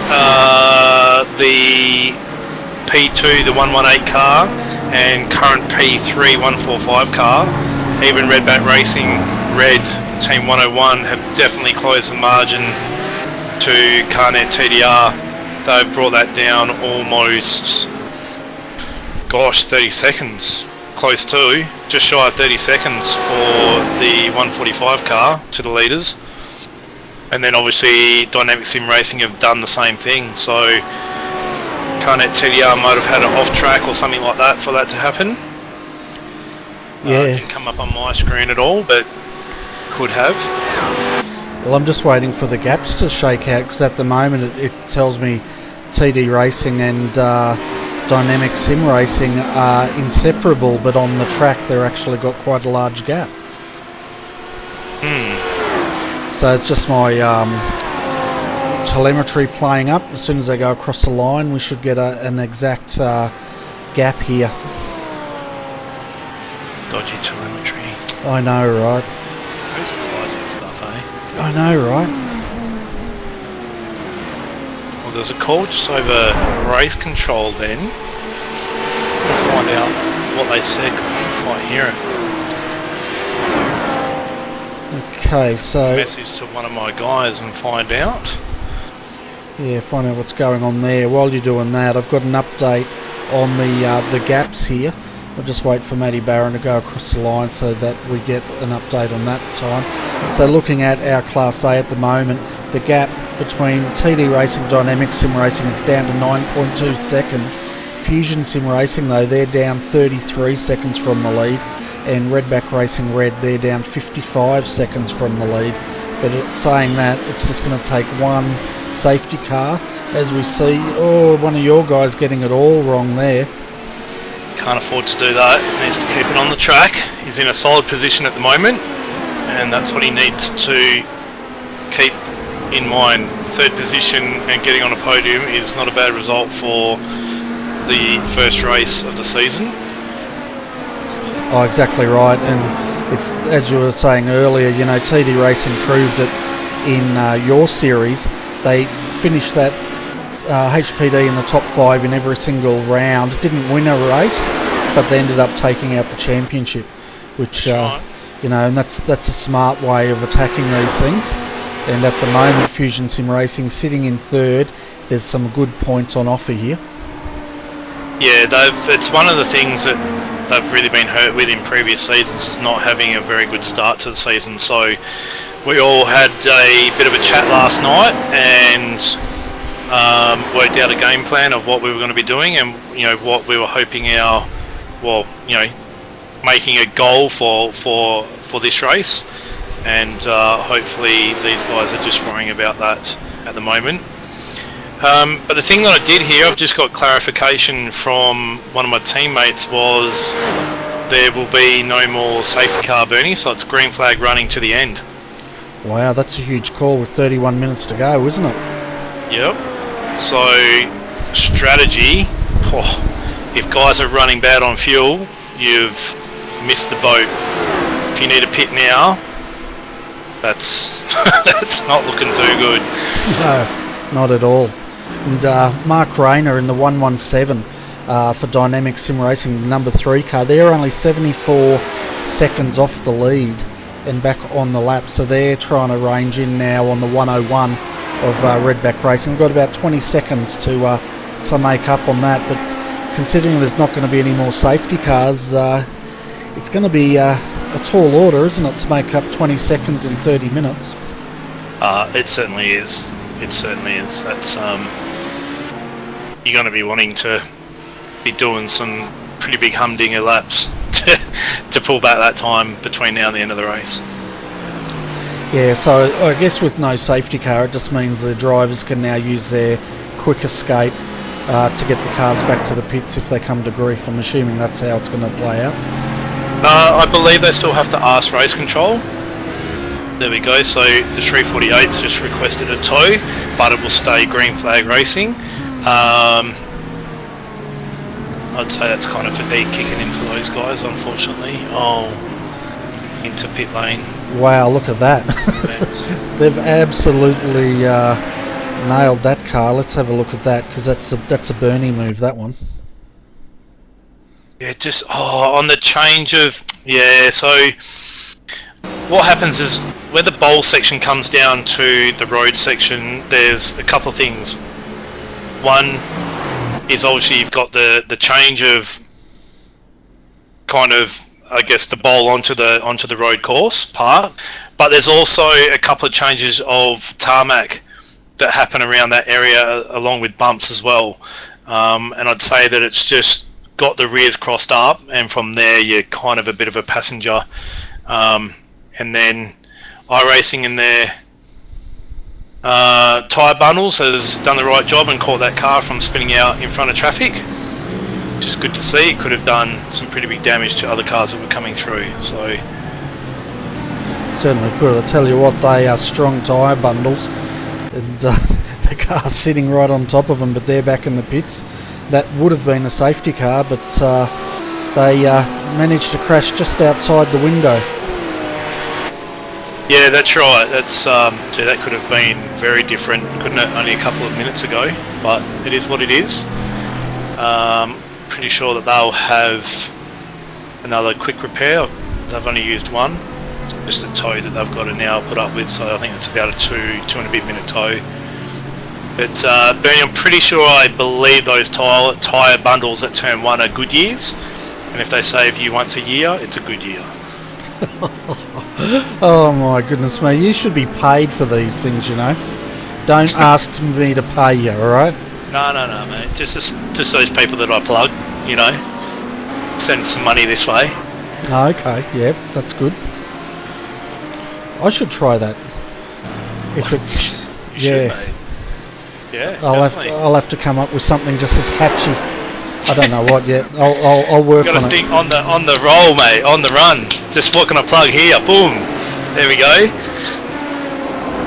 Okay. Yep. I'm still working on it. So looking at Class B at the moment, the 328's back in the lead. Evolution Racing Australia MS Limited Edition entry, and that car, that's been pretty dominant in Class B for the majority of today. They did drop back a bit, but when it counts, they're back up in front again. In fact, Wes Lewis Kugeley, that's your car, is in second at the moment, and 4.7 seconds down, I think, from the lead. Yeah, I think that looks about right. So I think the leader, yes, we're not a lap down, we're still on the same lap, just the leader of Class A hasn't gone past the ERA car. So yeah, we're got our eyes peeled on the 328 car. Well, they've run a pretty solid race all race, to be honest, and even through practice they look like the team to beat. And yeah, so we'll see how that turns out. But the 366, I believe, had to pit, and that's dropped them a fair ways back now. Yeah, they're a long way off now. Yeah, they're still on the three are still on the lead lap, but they're just very well spaced out now. So the pressure in that class has sort of slowed down a bit. We can see Ross Rizzo's back in the car there for GTI. They're a lap down, and he's trying to get a draft off of HPD as they come down the back straight. They've done a good job, Bernie. Like, new team to multi-class racing. We talked to them earlier in the broadcast, but Pro Force Racing, new team to multi-class, and got, I believe, 2 entries. One in the class. Well, they might have. Yeah, one in the Class B, the GT3 class, and one in the Porsche Cup class as well. So, you know, putting one team out there and doing a solid result, and P4 is a bloody good result for your first multi-class race, currently sitting. They're doing a hell of a job.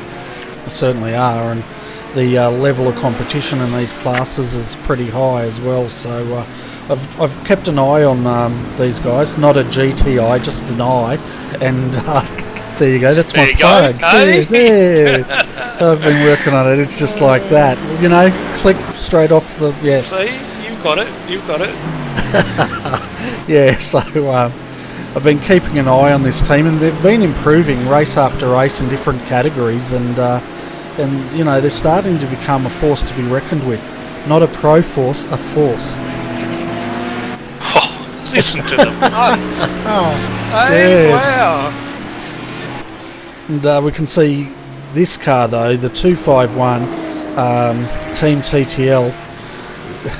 They're in a league of their own, aren't they, with this class? They're a lap ahead of the 212, and they've just been dominating the Porsche like they did Friday night in the Australian online supercar championship. Yeah, they are, and look, you know, they're one of the best teams in the ANZ community. They've got a number of pro drivers, and they just know how to steer a car. You know, they can pretty much get in anything, and they're always going to be at the pointy end of the field. And yeah, that's a testament to, you know, their team in terms of choosing the drivers and putting the time and effort in to, you know, get those drivers up to speed. We know that they've got two new recruits that came on board, and they're, you know, doing a very, very solid job at the moment. Okay, so just having a look in our chat channel. Some people are very happy to hear your smooth voice over the broadcast. It does say sexy. You're reading it. Yeah, I did see the sexy voice. I was like, oh, I'm not sure about that, but, you know.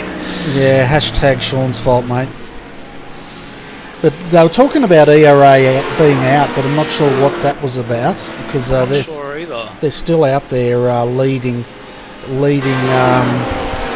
Class B.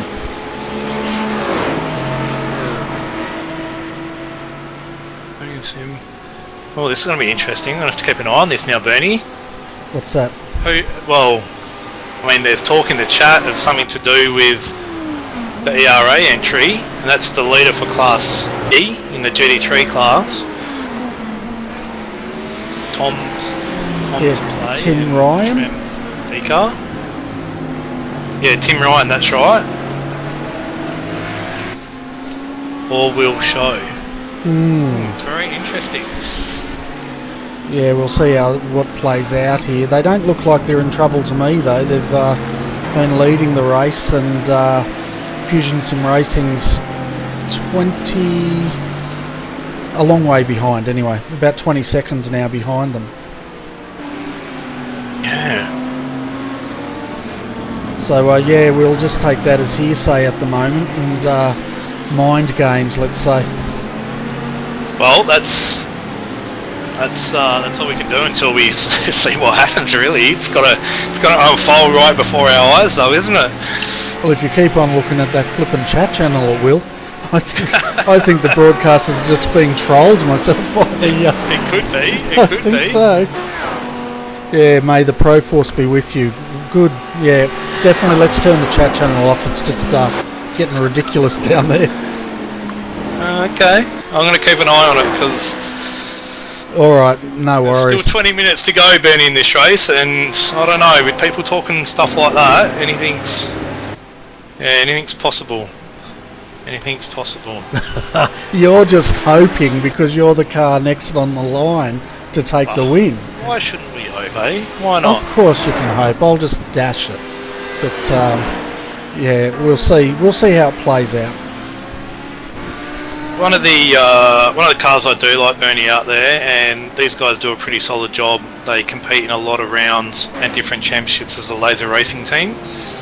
Only a pretty small team, headed up by Mike Hammond and Jason Bentz, but yeah, got some support and backing there from Laser Plumbing and Gas, which is also supportive of Steve Richards Motorsport in the real life Carrera Cup, and the BMW M6 GT3 as well. Yeah, well, the Laser Plumbing and Electrical's actually owned by Stevie Richards. Oh, is it really? Yeah, that's his business. So was not aware of that. Yeah, and he's also now backing a lot of the GT3s in the real world, which I found out when we spoke to Michael earlier today. Oh, okay. So yeah, I mean, he's got his own motorsports company, Stephen Richards Motorsport. Follows in the great steps of his father Jim, who we all know from back in the early 90s of a particular speech on the podium at Bathurst. Yeah. Good little team though this. They've got some good drivers which have come through the ranks. I think at the Bathurst 12 hour that Talking held the other weekend, they had Jackson Evans, who's actually now as well been promoted to the class winning car from last year's Carrera Cup series. So that'll be good to see how Jackson goes this year with Carrera Cup. Yeah, it certainly will, and that's in the real world too, isn't it? Yeah, that's right. Yeah, so I'm pretty sure he took over Matt. What's his name? Matthew Campbell, is it? I think, who's just been given the Porsche Junior drive over in Europe through Porsche Cup, and he's one of their developing drivers. So I'm pretty sure that Jackson got that drive, if I'm not mistaken. Oh, fantastic! I'll have to tune into that. No doubt, Foxtel will cover all the rounds of that. Well, yeah, I mean, they can cover those. We'll cover the Sim series with RRTV, doing a fantastic job, Bernie, as always. But yeah, so Foxtel, I think we'll be covering that off this year. and only, I believe, 10 minutes. Oh, 10 minutes, bloody hell. 2 weeks until Clipsal 500 starts as well. Yeah, I'm looking forward to that. I'd love to be down there, but I don't think I could manage 2 big trips in 1 year. I'm still getting over the Bathurst one. Meeting all the ANZ Bathurst people. I actually really enjoyed that. I thought that was awesome fun. It was just unfortunate that by the time I met everybody, I'd walked too many miles the first day and I was absolutely stuffed and had to go home. Yeah, we managed to catch up, didn't we, just as you were about to leave, so I think we made you hang around for another hour, just chit-chatting in the sun. No, it was good fun. I enjoyed it. The only regret I had was that we all didn't catch up on the Saturday, so we could have all chilled out and had a beer, so to speak. It was, yeah, I think for a lot of people it was very new. I think a lot of lessons and stuff were learned, this year.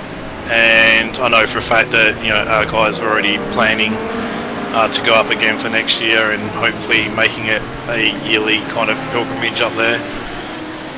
Oh, definitely. I learned something really big, and that is sleeping inside a Ford Fiesta is not comfortable.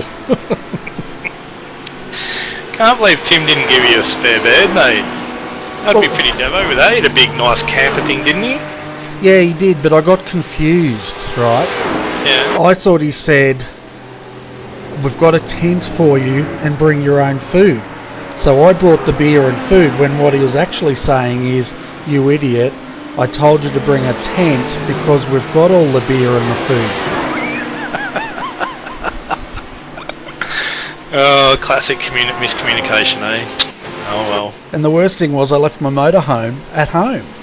And I could have taken my big civilian bus up there, and I thought, oh no, I won't take it, there'll be no room. And there was heaps of room. I could have been living it in style, but there's plenty of room. Instead I was hunkered down in the back of the Ford Fiesta, hoping that I'd actually get a decent night's sleep and Tim wouldn't come and harass me again like he did the first night. Right. So we're expecting to see the big RRTV RV up there next year? If I've still got it, possibly. I've got to sell it, my ex-wife said, because I got it parked out the front of her place, and she doesn't, it's been there for a year or two, and yeah, it's got to go, I think. Oh, that's fair enough. So how's this race unfolding now, Bernie? What have we got? The Dynamic Sim Racing moved into the first position. Yeah, the battle's on at the moment between Carnet TDR and Fusion Sim Racing. They're separated by about 0.8 of a second at this stage. Yep. It's kind of odd because Carnet showed some really good speed earlier and were trying, flashing their lights, trying to get past these other guys. So I'm wondering whether or not they might not have taken tyres or something like that in their last stop, and now it's hindering their pace. They're done, last lap around was a 35.9, and the Fusion car did a 35.9 as well, while what's happened there? The race leader did a 35.9 as well, so they're all lapping at exactly pretty much the same pace. Yeah, I'm going to go out on a limb and say that I think the TD Racing boys might have underfilled this car, and they're trying to, they're a bit worried. Oh, he's spun. I don't know if there was contact there, but he's around. Go back and look at that. No, he's done that all on himself. He's actually, yeah, that's a tricky corner. If you touch that grass on the inside coming off the ripple strip, it bumps the rear suspension and you go into a spin. Matt's done the right thing there and followed the rear of the car in case it does spin out, and he's left obviously plenty of room there, but I think it was Aaron Osborne was in that car, so he needs to regroup and try and not lose another spot as he gets going, doesn't lose another spot. Yeah, he's got enough in hand not to lose that spot to the Redback boys. Yeah, so that's moved Fusion up into second position, Carnet back down into third position, and only 4 cars back on the lead lap too, Bernie, as well. Yeah, and we're going to jump on with Aaron here, just to see, because his last pit stop, my telemetry said they only stopped for 2.4 seconds, which if they did, they'd be in big trouble fuel-wise, that's for sure. It's kind of odd, isn't it? I'm just having a look and listen here. He's definitely not fuel saving. Maybe that was all the fuel they needed to take on board. I know it gets done through weight, not litres, but they may have only just needed a splash and dash to get through the end, and I don't know what their fuel rate volume is per second. Yeah, I wouldn't know that either, but he's definitely not fuel saving, so as he's just trying to get past your car here, he's feeling a little uncertain, and that normally means he doesn't have confidence in his car. Benny, something has happened to the 366 Blackadder Motorsport. It's fallen a lap behind third position, which puts Proforce Racing up onto a podium position. Wow, we better get back and have a look at that. That's Troy Maguire. Yeah. And let's see. I was going to say, if you want to keep going, I'll go back and have a look and see if I can find what happened to let our viewers know. Yeah, we'll jump back to... Well, he's coming out of the pits on lap 293. So I think they've had to bring that car back in for fuel. Oh. So they would have needed... How long was that stop, Bernie? Well, my telemetry says he was in there for a very long time. So over 1,000 seconds. So my telemetry's not given us an exact stop. But he's now... yeah, he's a long way down, that's for sure. Let's have a look at Class B. So Evolution Racing Australia's winning at the moment, or leading. Fusion Sim Racing now up to second. Proforce GTI 2 laps down and in third, and Blackadder is 2 laps down in fourth. Bernie, they had a dropout. So Joseph Burton Harris was in the car at the time, and coming around on the bowl section they dropped out, which means the car would have just landed into pit lane after the tow. So that's why they wouldn't have needed fuel or anything like that. It just would have been driver change and away they go. Yeah, which should explain why we're getting them coming back onto the track out of the pits, I'd say. Yeah, that's really bad, that's isn't it? Pretty unfortunate. Like, I guess, you know, the 20-cent part in a real race car, isn't it? That goes wrong. Yeah, and this is, you know, with these big enduros, it really puts a lot of testing to make sure, you know, it tests the hardware, it tests the drivers, it also tests the internet connection reliability, and we see it over and over again on these big races, don't we? People have hardware failures, or their internet falls out, or the drivers just get exhausted and start losing their concentration. Yeah, that's right. But you don't want to see somebody lose a position out of, you know, technological.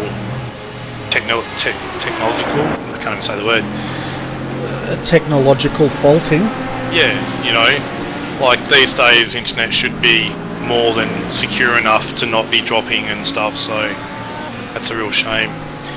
Yeah, but I guess you could say the same thing about Cedo. That year he was leading and he ended up having an electrical problem and parking the car on the side of the track and not winning. No, that was a valve spring though. Was it a valve spring? Yeah, busted valve spring. That's what happens when you buy Ford Motors, mate. I think he was teamed up with his old man that year, wasn't he? He was absolutely devastated. His Bo Seaton actually built the engine for the car and was actually pulling some very serious horsepower out of it at that kind of, I guess, year and through the technology that we had back then. But yeah, just unfortunately dropped onto 7 cylinders and had done a valve. So yeah, had to park it, unfortunately, for Glenn. Okay. Have a look at the chat and work out what they're saying about me, and you're a young person, you might understand what they're talking about. I have no clue. I was actually looking at it before, mate, and I don't know. I actually don't know. So I haven't gone into it. I haven't thought about it or anything like that. So person who made that comment on the chat, explain yourself. Yeah, or be warned. Or be the wrath of me. I want to know what he's talking about. I didn't want to mention it on air because it might be rude. It might be. Who knows? I'm going to Dr. Google it. I want to find out what he's talking about. Okay. Oh, glamping. I know what it is. It's because your RV, you're camping, but because it's in an RV, it's called glamping. Remember talking about up at the Bathurst. So Chem Theka, whoever that may be, has lost respect for you now, mate, because you glammed up your camping attempts rather than roughing it like the most of us did.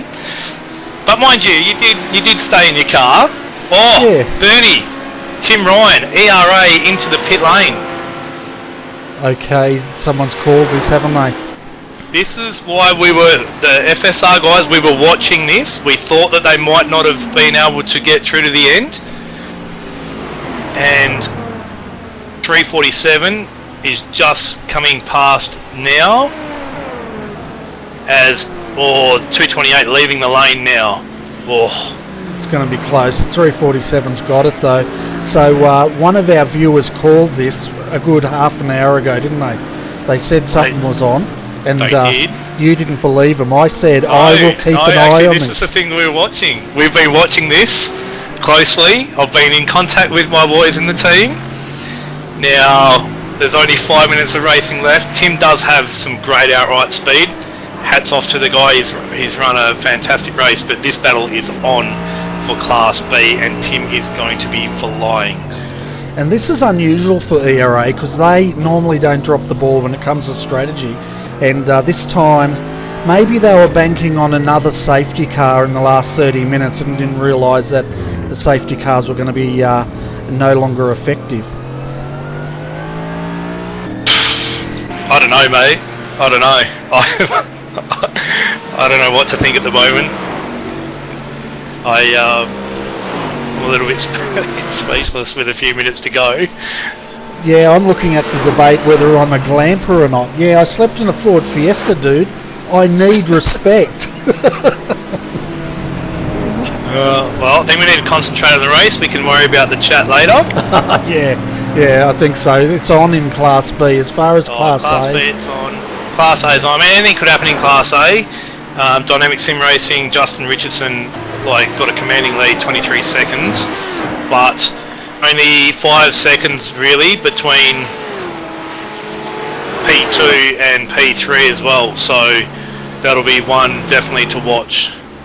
Yeah, we'll keep an eye on this because the gap between Matthew Barron, Aaron Osborne at the moment stretched out to about 7 seconds.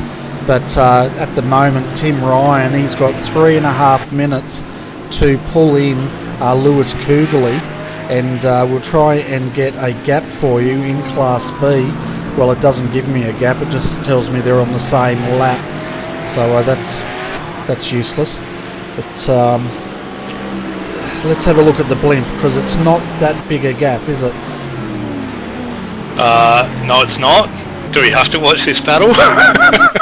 Oh, you don't. I'm going to watch it. You can close your eyes. You've got too much to lose. You're invested in this battle. But, exactly. Just having a look at the moment, you can see Lewis Kugeley just onto the back straight, and now is Tim Ryan. So we're going to do this a highly technical way, folks, and I'm going to count down the gap the only way I know how, and you're going to love it. Believe me, you're going to love it. Okay, here we go. Coming into the bus stop. 1 Mississippi, 2 Mississippi. 3 seconds is the gap. Oh, is that? Yeah, wow. 3 seconds, 2 minutes 40 remaining. Yeah, and that's So two. we're probably going to... It's a 3 Mississippi gap, so it's definitely accurate. Okay. I'll take your word for it. So we're riding on. Apparently it's 1.5 seconds. Somebody's just said in the chat. Okay, yeah, we've got to listen to this guy because he's the one that reckons I'm a glamour or whatever. So yeah, and I think he called this as well. So respect to that dude. Oh no respect. He's telling me I'm a girly girl for driving a Fiesta. Right. Okay, back to the race. Back to the race. Look at him. He's right on the tail now of Lewis Kugeley. Oh, he's not right on the tail. He's all over the back of him. Look at him. I'm watching, Bernie. Don't egg me on. I don't need this. Yeah, I know. Reminds me of bloody Scott's Bathurst last year. Yeah. Oh. Yeah, it's full on here, and if you're wondering, folks, why Scotty's so invested, that's because that's his car, the 347, leading Class B at the moment. And huge amount of speed though. We're talking almost 7/10 of a lap quicker at the moment. So yeah, they've got that car hooked up, haven't they? Oh yeah, they've had huge amount of speed all week in the lead up to practice. Yeah, just great amount of speed that they've had, and Tim's a great driver. Definitely knows how to steer it and go fast at the same time. Yeah, definitely. We're down to 55 seconds of this race, folks. Just having a look. Justin Richardson's on the infield, so we should get at least one more lap to go. And as we jump back here, we can see Fusion Sim Racing. Just behind them, though, is Evolution Racing Australia. Lewis Kugeley flashing his lights. He cannot afford to be held up here, and he's making a move on the inside of the Laser Racing. He does. ERA follows him. And it's on here, folks. I'll call it as I see it. Scott he's laying down. I'm sorry, mate. I cannot resuscitate you. I'm too busy calling it. I think I'm going to have to mute my mic. We can hear it. Oh my god. Oh my god. Yeah, I know. We just can't. You're just going to have to suck it in here, princess. All right. Yeah, it's going to be hard because this is the final lap. Tim's going to get a massive tow. Yeah, last lap board's out now, so definitely on the final lap here, and Class B's come alive in the last laps of this race. Pretty amazing, really. 10 hours, and these guys are now fighting over that position for, and it's for the win as well. Yeah, it certainly is. See a HPD car go down below, so Tim's going to pick up that tow as well.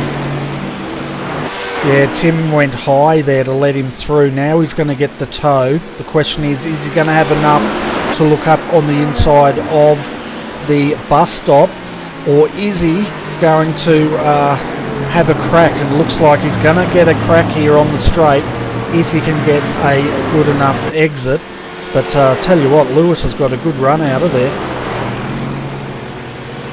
And I think Class A has finished across the line. I think we might have. No, they have, but we wanted to focus on this this battle here as we're riding now. It's going to be close. Yeah. Well, you don't get much closer than that. That's crazy, isn't it? Oh, Lewis. Contact at the end. Yeah, Lewis steered into him, I think. I don't know. We might have to have a look at that. We were on the roof cam there when that all unfolded there. I won't say Lewis steered into him because that's an unfair statement, that's for sure. Yeah, I think Tim actually come down a bit, but anyway. Wow, what a race. And obviously Team TTL to round out the first position in Class C, the Porsche Cup Series. So... Yeah, you're right. Tim did come down on him, so I'll just correct what I said earlier. And I tell you what, though, it was within half a car length at the end of that for Class B. Yeah, it's nothing that Tim had great pace, and if you're the car behind coming onto that banking there, there's pretty much no chance that you're going to hold them back. So he had the draft pulled out and got the win. Congratulations, obviously, to ERA and on their ability to get that finished off. Yeah, so let's look at the leaderboard for Class A. So the win goes to Dynamic Sim Racing 4. The 118 takes the win over Fusion Sim Racing, the 145. They were 27 seconds down from the lead at the end. Carnet TDR holds on to third, 33 seconds down. Redback Racing Team Red comes home in fourth, 1 minute 26 seconds down. So good points there for all of those teams. So that's your top four. We'll go top five. Dynamic Sim Racing comes home in fifth, 1 lap down. Looking at Class B, well, that was close, wasn't it? Half a car length. Evolution Racing Australia takes it at the line, followed by Fusion Sim Racing 347 comes home in second position.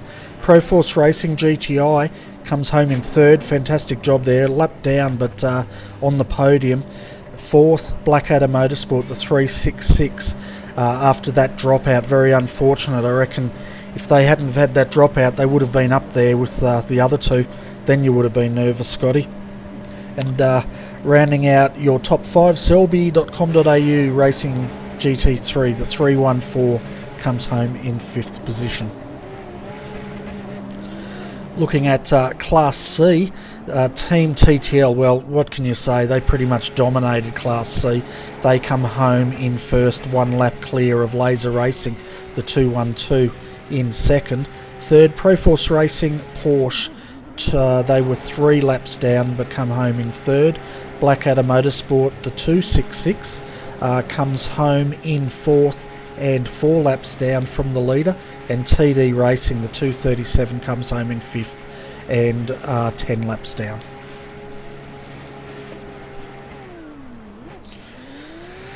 So, what a race. What a race. 10 hours, mate. Battle for the lead in Class A, it came down to pretty much strategy and that last pit kind of call. And then, Class B, well, I don't think you could have even scripted that, nor, had it finish any other way, really. Oh, you couldn't. It just amazes me with these fields. You go for 10 hours, you come down to that, and it's just on. So it's great racing, as we see Team TTL there celebrating their class win. 322 laps was the total distance they did tonight. So 6 kilometres a lap. Multiply that out, and I'll tell you how far they made. Look at all the people streaming in for interviews. My goodness.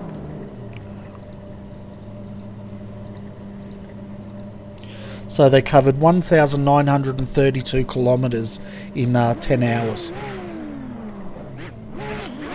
So we better start getting some people up for interviews, I think, Scotty.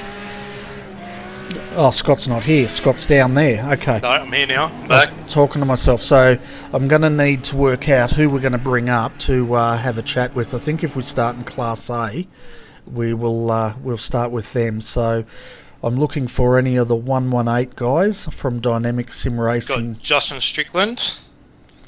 And I have asked for the boys to put their numbers at the end of their name so we can get it a lot easier.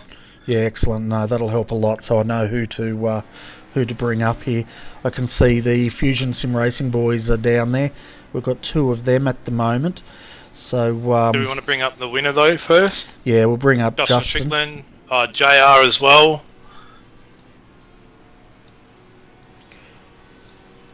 Welcome, Justin, to the Combox. Is there any of your other teammates down there we need to bring up? Yeah, Gary Hamilton is just stepped out, but he'll be back in just a sec, so you can bring him up here. No worries. Well, is that all? That's all of you, isn't it? Yes, it is. Yeah, fantastic drive, guys, and congratulations on winning Class A tonight. 27 seconds clear of Fusion Sim Racing. It was definitely on in Class A for most of the race, but you seem to pull out a bit of a gap there towards the end of the race. I'll let JR speak about that because he was the one that got us out that far in the last stint. Yeah, definitely was a trying race. Towards the end there, we realized we were a little bit out of sequence, and we were going to have to make a spare stop. So Gary was actually going to get in, but seemed I had a little bit better pace, we thought. So we chose to double stint with Justin and brought him in a little bit early after the final pit window. And I jumped in and just started clicking the laps like I could. And looks like we caught a break there at the end. Yeah, certainly did, and you got quite a good break there, and it's sort of at, the hour mark, there was 4 cars in there. We saw the Redback boys come unstuck, they dropped out of it, and then came down to 3, and then it all started to spread out and played a plan nicely. Was it as easy as that, of course, or did you guys have any dramas throughout the day? Yeah, we had plenty of dramas through the day. We used up all our fast repairs. We had, the first one we had to use for Gary. He got caught up in some traffic, and then when he came back out of the pits, the car was still like 3 seconds a lap down. It was just no power, so we had to use 2 for the one incident. So I did not much of the driving, but I used most of the fast repairs. I actually think all of our fast repairs were used up by the 5-hour mark. You guys were in a bit of trouble if you'd had some knocks after the 5-hour mark then. Yeah, I think the knocks were due after the issues with Gary, with me, with a couple of lapped cars moving over, trying to be courteous, but in fact was the wrong move for them to go offline to block me where I'd already committed. Had a couple lucky spins and got really lucky that it didn't cause any further damage, knowing we didn't have any more fast repairs. Yeah, we had optional repairs to do on the car pretty much from the 5-hour mark, but the car was good enough to just not worry about them and keep going. I think we actually gained a couple miles an hour on the straights. Guys, first, I guess, real multi-class race, other than obviously the 12-hour that was at Bathurst the other weekend. I'm not sure if you guys entered that or not, but Dynamic Sim Racing entering, I think it was four teams you guys had today. Not a mean feat putting four teams into an event, but getting up onto the podium and winning outright must be pretty chuffed with that result. Yeah.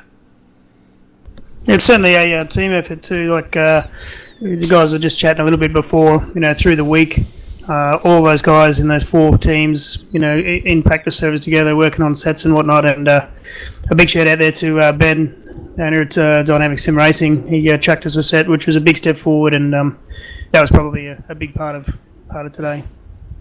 Yeah, we had the 12 guys that raced today, as well as probably 2 or 3 others in the team that don't race the HPD that also helped out with sets. Yeah, so between the whole team, that we've probably put in 2,000-3,000 laps during the week to get ready for this. So it's good to come away with a win.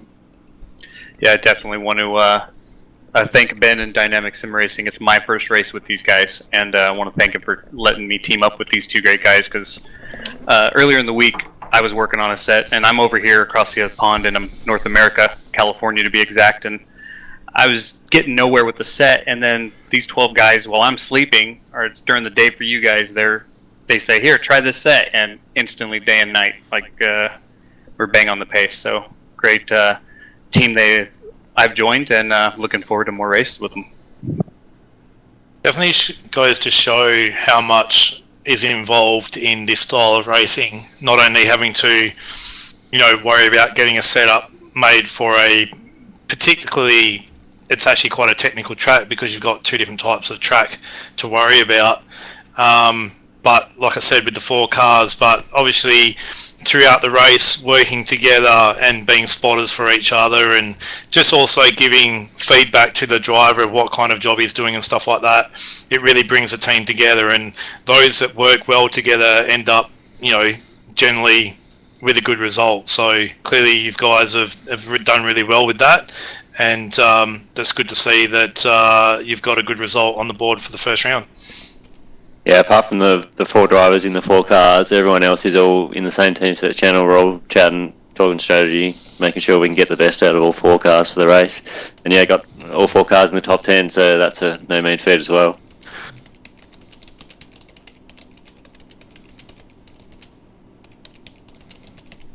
Bernie? Yeah, sorry guys, I was just dealing with our server is full at the moment and people can't get in. So sorry, I sort of had to deal with that, but I think we're right now. Yeah, fantastic win. And have we done the sponsors yet, Scott? No. Just if you had any other questions and stuff at the moment. No, just congratulations. It was an awesome win. It, as you were saying earlier, it goes to show how much preparation goes into these. It's not just turn up on the day and win. It's a lot of hours go in, and it's definitely paid off for Dynamic Sim Racing today. But before we let you guys go, would you like to give a shout out to all your sponsors? Yeah, so again, we'll thank Ben Daly from Dynamic Sim Racing. He's the one that brought the whole team together and got us all working together to get the win today. Also to Team X-Ray, and I think Gary has a couple of personal sponsors as well he'll thank. Yeah, so a big shout out there to Win the Day. It's a cancer awareness group if anyone hasn't heard of that one yet. So they've got a Facebook page, you can check that out at Win the Day. They've got some cool gear on there, and a new one of mine, a friend of mine starting a business up here. It's Darling Downs Ballistics, so if you're into shooting, check that out. They're going to be a new ballistics supplier around. For me, I'm not. I don't have any sponsors per se, but just want to thank again Ben and these 2 guys I shared the car with, and the rest of our team. It was really great racing with them, and the integration and talking. Each time I was getting in the car, or one of us was getting in the car, we changed the pressure the way we liked.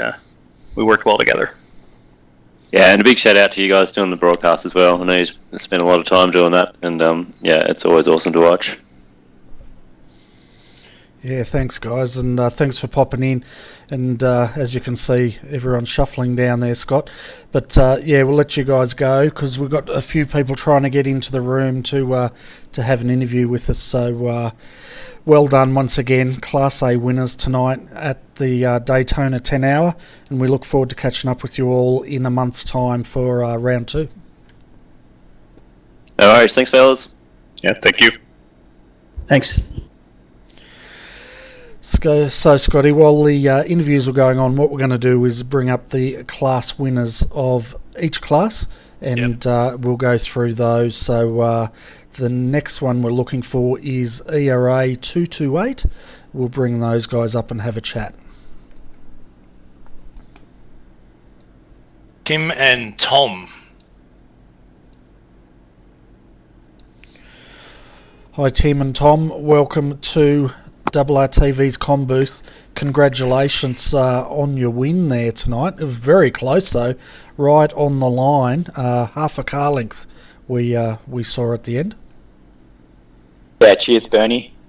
I actually, with 2 or 3 laps to go, realised I was short on fuel.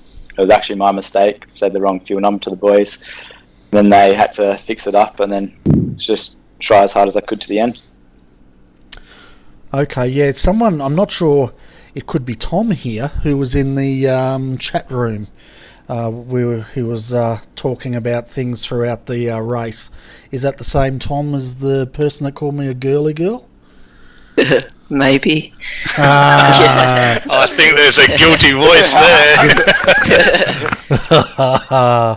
Yeah, he comes up. Man, you're gutsy, I'll tell you that.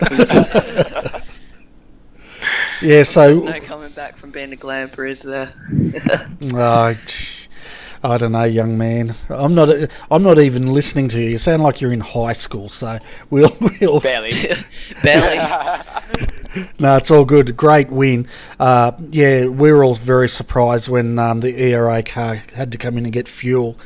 Because normally ERA, you guys are normally really on top of that, but I suspected, and you can correct me if I'm wrong, were you guys counting on a safety car in the last 30 minutes to come in under that condition, or were you expecting the safety car to be cancelled in the last 30 minutes of the race? Tom, do you want to take that one?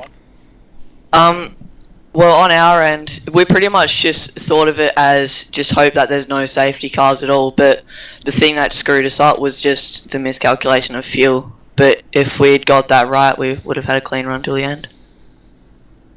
Okay, so a little bit of a strategic mistake there. Very rare for ERA. Normally you guys are like all over that stuff, but it's an easy mistake to make after 10 hours. If that's the biggest mistake you make, well, it's not a biggie at all. But Tim, I'll tell you what, you're racing for the win, 1 lap to go. Did you think you could do it, or what were you thinking when you came into the last few corners of this race? Oh, to be honest, I never knew even until about half a lap to go, because of all the lap traffic. It's just hard to time your run in that. But I knew coming up to the final corner that I'd have a good run. But luckily the boys gave me plenty of room. They couldn't have been a lot more harsh and locked me, but they made it a nice tyre finish towards the end. So I thank them for that. Yeah, definitely had me on the edge of my seat. I wasn't sure if you were going to get him or not. Even after the bus stop, it looked like Lewis got a better exit. And but then that slipstream came in, and yeah, it was about half a car length, I think it was, at the line. And I tell you what, you gave my co-commentator here a bit of a problem though. He was on the ground and out, you know, just yeah. He was incapable of any speech, weren't you, Scotty? Yeah, I think muting the mic was the best thing I should have done. And yeah, I think I gave my manager Brenton a bit of a heart attack when I said I didn't have enough fuel to get home. And then after about a minute, we got them to leave the room, and then I spent the last 5 or 6 laps just complete silence and making every corner and driving at 110%. Yeah. You guys had some pretty phenomenal pace through all practice sessions and really been the dominating car for GT3. Top end speed of your car was extremely quick, even without a draft. So, but at one stage of the race, you guys were a lap down as well, and you managed to get that back and get yourselves onto the lead lap, and then through strategy, put yourself back into contention. So, yeah, not only just a fast car, but you had to work, obviously, through strategy and pit calls and things like that when safety cars came out to manage that. So, yeah, definitely hats off to you guys on a superb drive. Yeah, absolutely. I don't think any endurance race goes exactly to plan.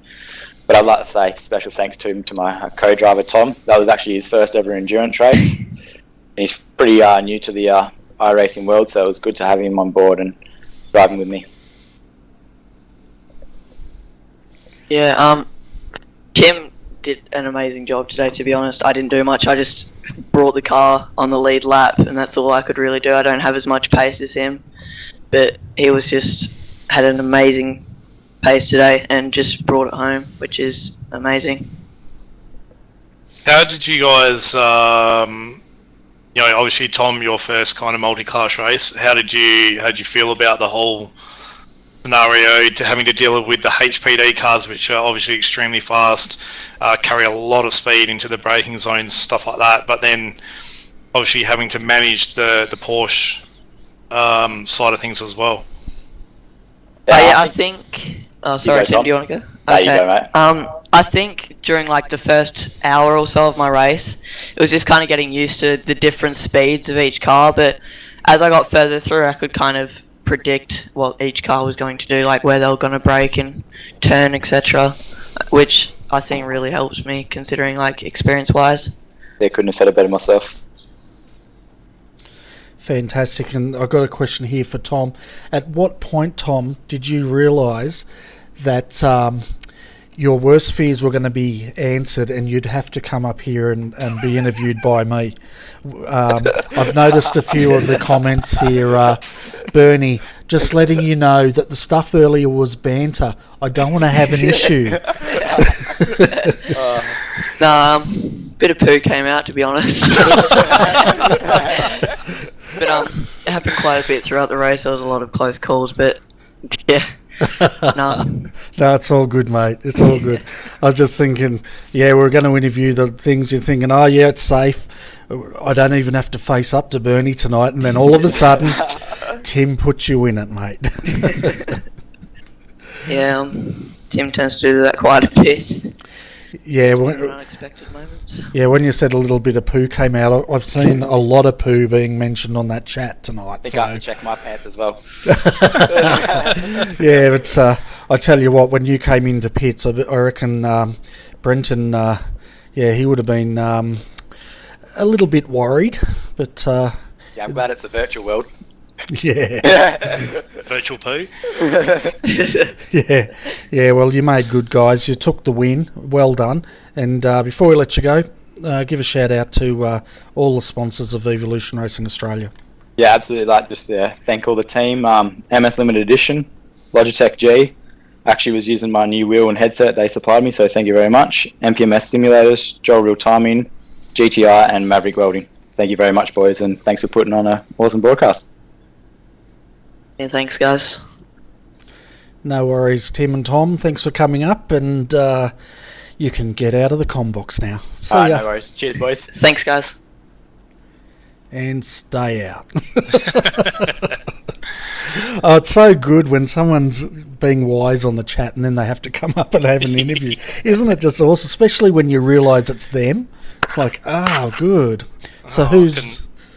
Next we've got Class C, which is the TTL 215 car. I believe Jake Maloney, Josh Rogers, Kane Cougar-Mia, and that looks like all we've got, I believe.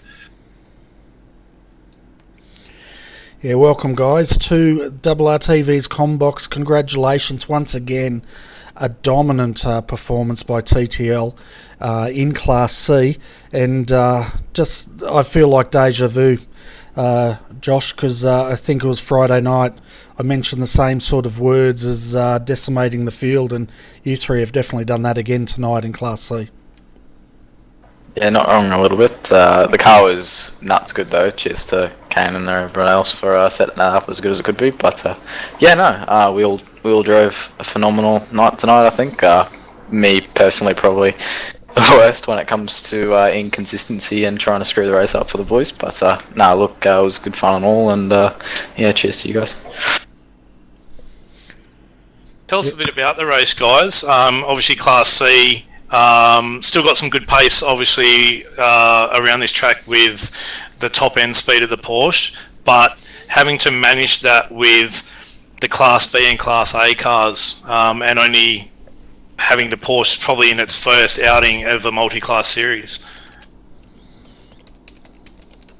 The pace differences were quite interesting, because depending on the driver you had in the GT3 car, we were actually faster than a fair few of the drivers in the GT3 class, and it was quite interesting to balance because we'd be faster down the straights, particularly on the Audis, and they'd be a lot faster in the infield. It was just balancing that out. A few awkward moments at times with some GT3 cars that were similar pace, but all in all, it's pretty good, and Class A cars were quite good and didn't have an issue with any of them when I was in the car. And so strategy play much of a role in how you guys went about the race, or just played it by ear and did what you had to do in terms of safety car strategy, when to pit or when to stay out, that type of thing? With the rules that we can't pit under safety car, it keeps it kind of straightforward. It's just we pitted every single time we hit about 10 litres or 3 laps, just in case there was a safety car, and then basically at the last stop we took 100 litres and finished about 12-13 litres left, so it was pretty straightforward, no saving or splash and dash or anything. And so next round's only like a month away. I believe it's Sebring. You guys are looking forward to March 19th. I think it might be Road America. Road America. It's going to be interesting with the Porsche, and obviously having to deal with traffic. Very different type of track than what we've seen tonight. Looking forward to that one. Yeah, it should be good. I think it'll be interesting there with the top straight line advantage we've got over some of the GT3 cars, and they'll have the advantage under braking, so I think it'll be quite interesting to see how that plays out and what the pace is like. But yeah, looking forward to it. Porsche's heaps of fun to drive. Best car on iRacing. Yeah, I agree with you, Maloney. But yeah, look, I guess a track like Daytona probably, when you're comparing the Porsche and the GT3, it favours the Carrera Cup car a little bit more. I think Road America probably we won't see us being anywhere near the GT cars, mainly because of those high-speed, high-downforce corners like the Carousel, Kink. You've got another few corners on the infield as well. Even though we do have that straight line, yeah, I think you'll definitely notice a bit more of a gap in between us, and it'll be a little bit more relaxed in that respect. And so, aiming at trying to do a full season of the championship, I take it, with the 10 rounds that we've got? Yeah, we're keen. If everyone's free on the Sunday, we should have a car there. Yeah, why not? I just know that, yeah, there's obviously some cross or double up, not double ups, but cross clashes with obviously V8 Scops, and even some of the, I think, special events, iRacing special events. So hope you guys can definitely put through a year-long championship and yeah, see it through, and obviously off to a great start with winning round 1. Cheers, thanks. Cheers. Thanks for the broadcast, guys. Good job, as always. No worries. And before you go, do you have any sponsors or anyone you want to give a shout out to? Palm that off to you, Maloney. Oh yeah, didn't have any on the car for this race, but just give a thanks to Hyper Stimulator and SimSpec Engineering for supporting the team. They're going to be on the cars quite prominently across Bet Scops and various other series. So yeah, thanks to them for helping us out. Fantastic, and once again, big congratulations, Class C winners tonight. Goes to Team TTL, Jake Maloney, Josh Rogers, Kane. Is it Kujimiya? Is that right, Kane? Did I pronounce it right? Kugimiya. Kugimiya. Okay. Yeah. Yeah, okay, good. Kugimiya. I'll try and remember it. I'll probably mispronounce it again, so I apologise in advance. But yeah, congratulations, guys. Well done. Also give a thanks to Mitch Ciolak, who was also in the car but couldn't make it over here for an interview. No worries. You guys have some really hard names. All right. Thanks for popping in, guys. We'll catch you next time. See ya. Cheers. I'll tell you what, Scotty, if I could play crickets when I said that, there was hardly anything. There was no noise, was there? I could almost see the things rolling across the infield. What do you call those things? The western roundy things that blow in the wind. Yeah, I know what you're talking about, but I can't think of what they're called. Yeah, those... Anyway, let's bring up 145, the coming second, Fusion Sim Racing, and for Class A. We'll bring these guys up, and these are all your blokes, aren't they? They are my blokes. You're going to have to do this one, Bernie, I think. Oh, I don't know. I reckon... yeah, maybe. I think so.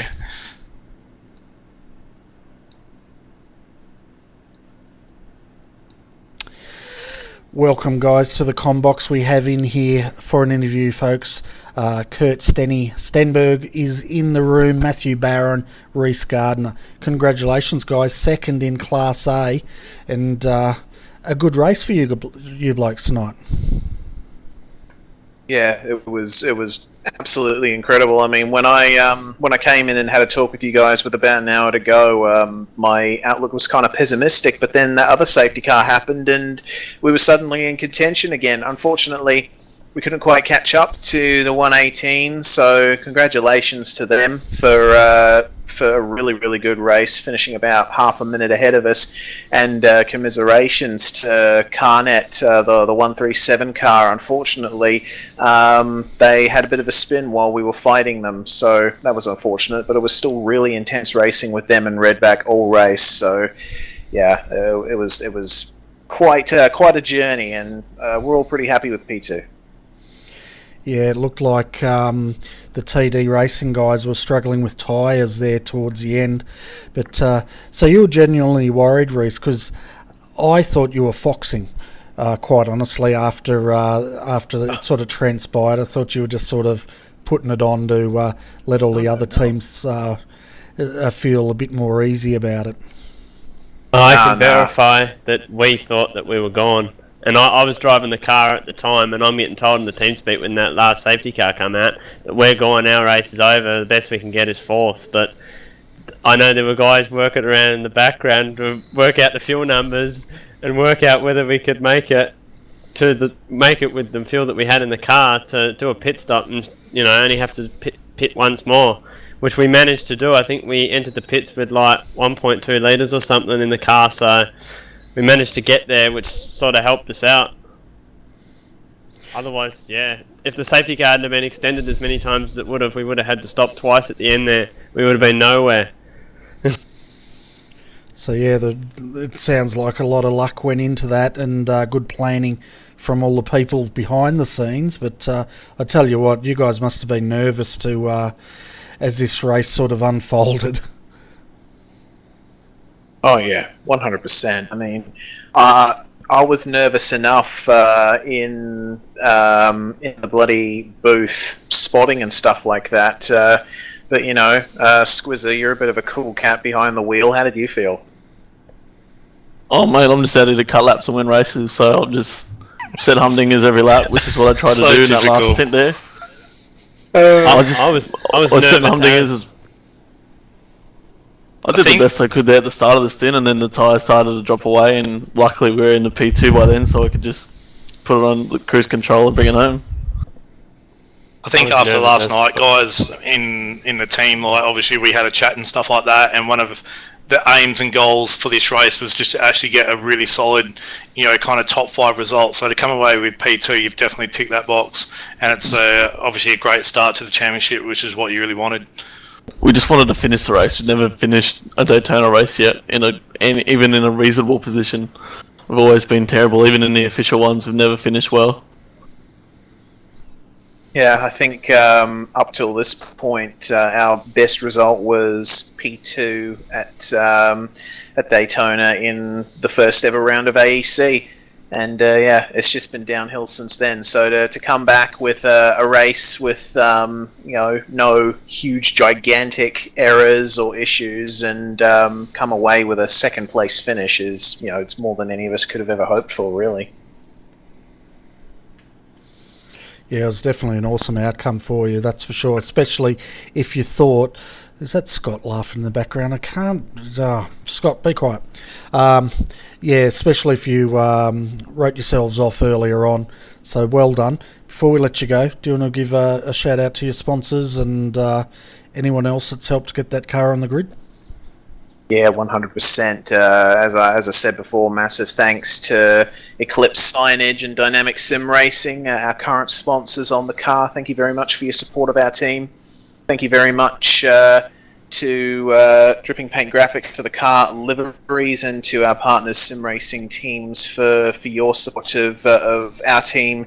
Many other Australian teams like Proforce Racing, ERA, TTL, TTR, and just Sim Racing in general. And also a massive thanks to Stenny and Squizzer, Heath and Craig for all of their work on the car over the weekend and trying to get us into the best position possible. And a massive congratulations to our GT counterparts for a second place finish in that class. Fantastic. Well, once again, second in Class A goes to Fusion Sim Racing, the number 145. Thanks for coming up, guys, and having a chat with us. And you can go off now and celebrate. I'm going to hang on to Scott Stevens for a little bit longer, but I'm sure I'll kick him out very shortly. Save me a Corona, boys. Save me a Corona. That's right, you can have mine. I don't drink them. Save me a Jackson, mate. Well done, boys. Well done. Right. See you next round. We'll be back in P1. That's it. Dearie me. Okay, Scott, who's next for a chat? I think we'll bring up the Redback boys. They came home in 4th position. Yes, they did, in the 101 car, yep. Have we got any there from the 1 They were there. They've just left. Okay. So we're about to bring them up. So let's have a look at who else we've got down there. We've got the 298. Who do you think? 298. How about, second place in Class B, the 347, Lewis Kugley and Trent Thomas. Okay, yeah, they're your guys. Better bring them up. Did you want to interview or should I interview? Interview. Hey, Timmies, how do we go? Okay. I'll answer that one. Okay, I'll interview. All right, hang on.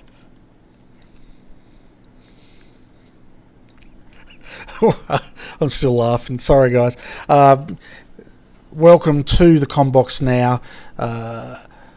Now you've put me off, Scott. Come on, mate.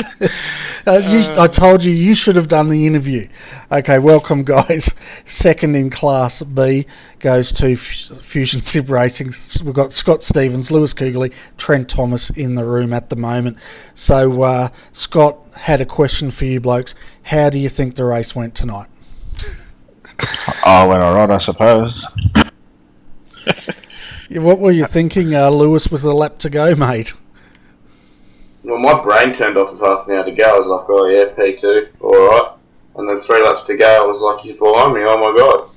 And then I tried to get it back up to speed, but nah, just wasn't there. So, what can you do? Disappointing, but, end of the day, decent result. We got our goal. We're on to the next one. Yeah, well, second in class is nothing to be worried about. It was only half a car length, and it was a great effort. Great drive all day to get those results. And as Scott said before, the goal was, I think, a top 5, and you've definitely ticked that box off. And the big question, though, Trent, is what's it like to share a car with Scott Stevens? I can't imagine it, mate. Oh my God. It's actually pretty good because it means he can't push me off the track. So if he's in the same car, don't. He can't crash me out. But no, seriously, this team, we've been working really hard all week, and it's good to see that the preparation that we put in has actually paid off, and we managed to get the podium, which is what we were striving for, which is really good. Yeah, it was definitely a consistent effort for you guys because you're strong all day, apart from when Scott drove. But apart from that, you're strong all day, and it was a well-deserved second. I thought you were actually going to pull off the win there, but I think the slipstream let you down, Lewis. You actually got a better run out of the pit stop than Tim did, but it was just that he got a good tow, which is unfortunate, but that's the way it goes. Yeah, that's it, especially with some of the things that happened today. I mean, first 2 hours, qualifying didn't go to plan, but the first 2 hours were alright, and then we got involved in an incident at the back that put us a lap down, then we sort of fought back and got our way back up there, and then we were actually in front in good position with about an hour to go, and unfortunately a HVD misjudged one of the corners and took us out there, so then we followed back behind the BM car and also ERA, but yeah, I mean, those last couple of laps for me were a bit messy. Trying too hard. Like I said, I switched off mentally, and then when you try to switch back on, it's too late. ERA deserved a win. Their pace was incredible, phenomenal all weekend, and even in the practice times we were a bit nervous, but yeah, really happy with what we've done today. All 3 drivers, all consistent, so it's a good stepping stone. Hopefully it's going to be a successful season for us. Yeah, so do you guys plan to compete in all the rounds of this series? Well, it depends how long Scott and Trent can stand each other, to be honest. Well, I'm the middleman here. Trent and I are all good. We just love a bit of messing around. But, I think we've come into this championship as a three kind of man team, and we've worked well together. We are very similar on pace with each other, but we also we have a good compromise in setup when we are all pulling the same lap times out of the car. So we'll go away from this round and regroup for Road America, which is in March, and we'll start working away at what we need to do to just try and narrow that gap down to the ERA car. Yeah, well, you're really bringing it to them tonight, and half a car length. That's nothing. So well done there, that's for sure. But I understand, Lewis, once you turn off the concentration, it's near impossible to turn it back on. Now, Scott, your question, since you're giggling back in the background there, I can hear you. I'm not even laughing. I don't know who you're hearing laugh. Oh, it might Definitely be me. Not me. Could be my inner voice. It does Right. at this time of the night. Scott, what did you think of your effort today? Were you the weak link of the team, or do you think you had to carry these two? I don't know. At the end of the day, man, like we're a team when we take wins together and we take losers together, and that's just the way that the whole team operates. You know, you have successes on and off the field, and you know you've got to take them as they come. And I think that we all worked well together in getting a car that was set up that we were all able to drive, and like I said, literally within a couple of tenths of each other realistically, through outright pace, and then over stint it'll probably be, you know, pretty much the same anyway.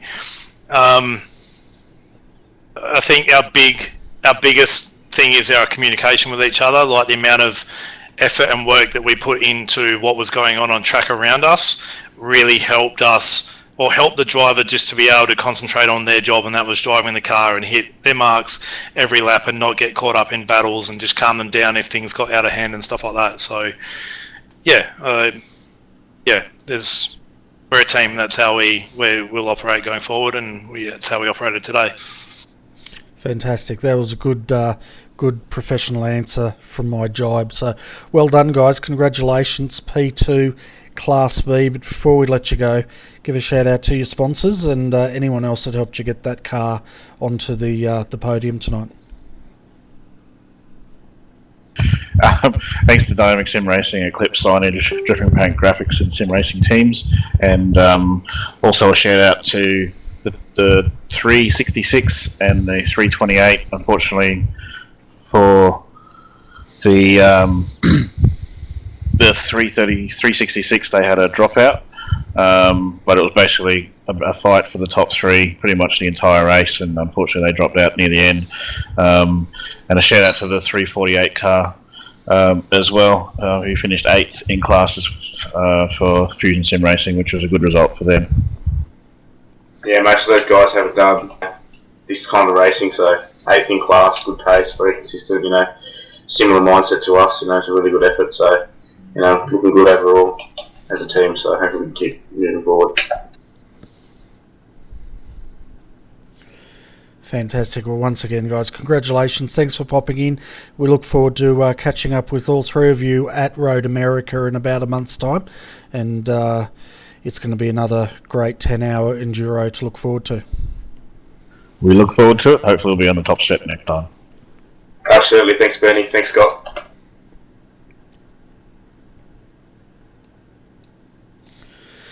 Okay, for our final interview tonight, Scott, we have, looks like Adam Zeidinger, Blake is coming up as well, and Nathan and Sean Thompson and Ross Rizzo. So Proforce Racing. The whole looks like their whole team.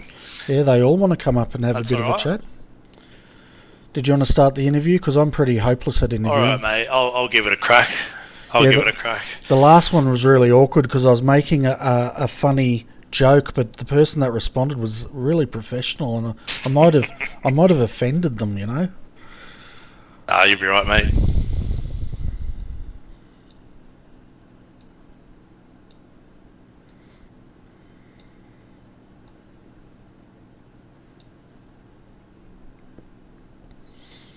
G'day, boys, and welcome to the RRTV commentary channel. Proforce Racing, fantastic result for both teams today.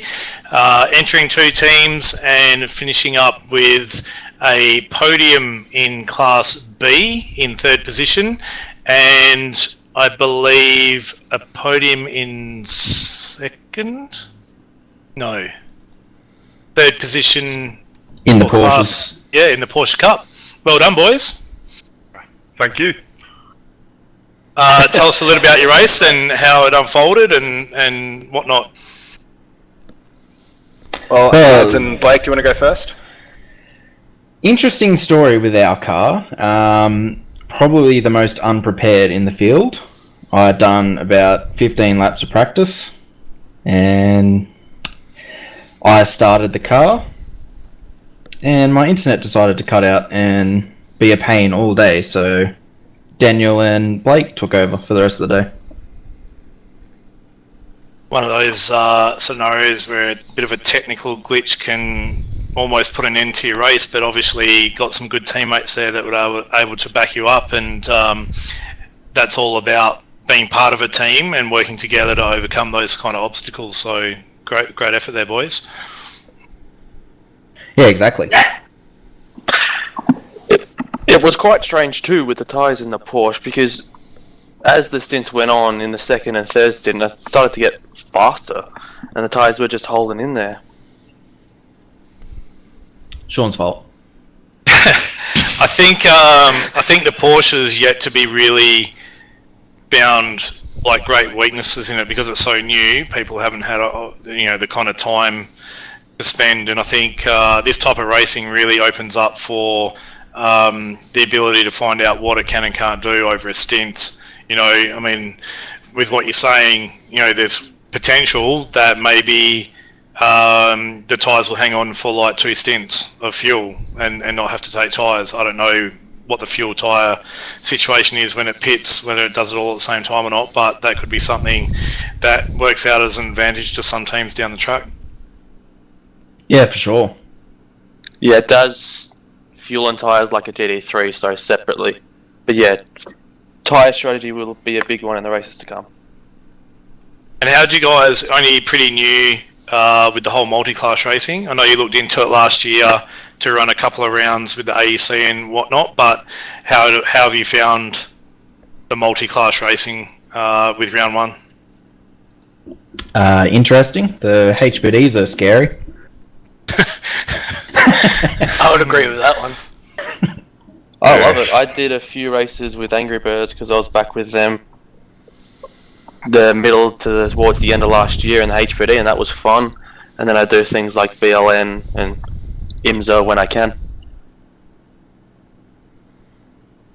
Yeah, I think it can be very an eye-opening experience for those that haven't done a lot of multi-class racing, especially with HPD and the closing speeds into corners and into braking zones especially. And it's where having not only the in-sim spotter, but your own guys, letting you know what's coming up, what might be behind another car that you thought was a different class car and stuff like that, can really play vitally in, it not interrupting with your lap times so much.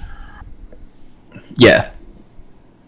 Well, we had a couple of issues where it felt like the cars came out of nowhere. The closing speed was that rapid, especially in the infield, and a lot of us caught a lot of us blindsided. And I'm pretty sure we won't be the only teams that'll voice that as well. I can actually vouch for that. I was like, boys, I didn't even know that car was there. Why aren't you telling me? Like, we didn't even see it ourselves. I was like, okay. So, yeah, some of them were just coming out of nowhere. I let 2 pass me on the back stretch and then turned in for the bus stop there, as we call it, and then I just got taken out and drilled by a HPD. I wasn't too happy about it. Well, this channel later was PG, apologise, but which our we really appreciate it about. Yeah, this might be PG, but our chat channel certainly wasn't at that point. Yeah, it definitely wasn't. I guess so. In the lead up to the race, guys, obviously the official free practice 1 and 2. How did you guys kind of manage that as a team, and building a setup and trying to compromise for each other's different driving styles? Practice? What's that? That's what I was about to say. We didn't really practice at all for the event. Because on Friday we did the 4-hour Imola race with the AOSC event, and then on Saturday we did Sim Races Asia, and then we pretty much went to bed straight after that, so then we could get up in time for this race, and then just all jumped in and gave it a red hot go, and where we are now. So what you guys are saying is there's more to come from the team. Not only can we do a double podium with third and third, but you're saying there's more to come because you'll probably do some practice next time. Exactly. Sure. This is not our Yeah. This is what we can do without practice. Right. Yeah, exactly. So viewers, you heard it here first. Pro Force Racing, they're on their way. They're on their march. They're coming for us. Definitely. No, guys. I can only just give you congratulations. First time in the multi-class series. Fantastic result for the team. Must be all really, really happy and good, solid points haul as well for the start of the championship in both the Porsche Cup and the GT3. So, hats off, well done, and looking forward to the future races with you guys and see how you end up. Thanks very much, Scott. Yeah, cheers. So likewise, we look forward to them. Just a shout out to Daniel Poulton, who isn't here. He's just moving houses at the moment, so he just drove when he could. Yeah, and he was an integral, and Daniel himself was a very integral part of the setup. He did work on a setup for the Porsche, so we weren't completely unprepared. But if anyone was prepared, it was Daniel. The rest of us kind of made it up as we went. Yes, was just going to say Daniel is our main man when it comes to our car setting up. So if you're listening, thanks very much. Bernie, any questions? Yeah, fantastic effort, guys. I know it takes a lot of effort just to get one of these cars in class onto the podium, but to get two completely different cars in two classes on there, that I think you're talking it down a bit, guys. It does take a lot of work, and maybe Daniel did all the work. I don't know, but it's a big effort and a big result for you guys, and it's great to see you on the podium. And we joke around a lot sometimes with Sean and that, but it was a class effort tonight, so well done. I always love it, mate. Thanks very much, Bernie. Thank you, Cheers, Bernie. Cheers. You glamper. Oh, he's not going to live it down, is he, boys? That's his new nickname now. Hashtag glamper. Okay, I was going to be nice to you guys and say, do you want to give a shout out to your sponsors? But I don't know. Oh, we're just all going to get kicked out. Glamper tents.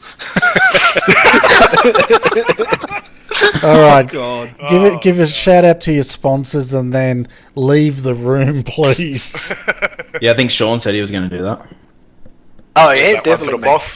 I'll just shout out to GTI, Kayani, Race Centre and Asia Marketplace. I'm pretty sure I'm pronouncing that correct. Ross will correct me. There we go. Ross is our grammar Nazi. He always corrects me when I get something wrong. So thank you for that. Welcome, boss. And sim racing teams. Yeah, sim racing teams as well. Commiserations to the B66? The Blackadder car that unfortunately had the disconnection issue, which luckily snuck us up a place. So yeah, also feel sorry for those guys, really. They put in a lot of hard work. We'll have to also give a shout out to one of our new recent supporters, Aussie Gamers Express. They got a like page on Facebook that you can like.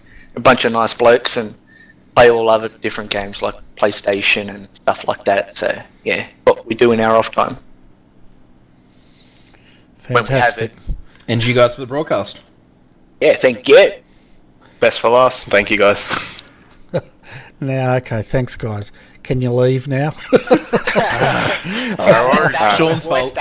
You lost me at the Glamper comment. I was your biggest fan, and you just totally alienated me. So, yeah, but in all seriousness, thanks for popping in. Congratulations once more.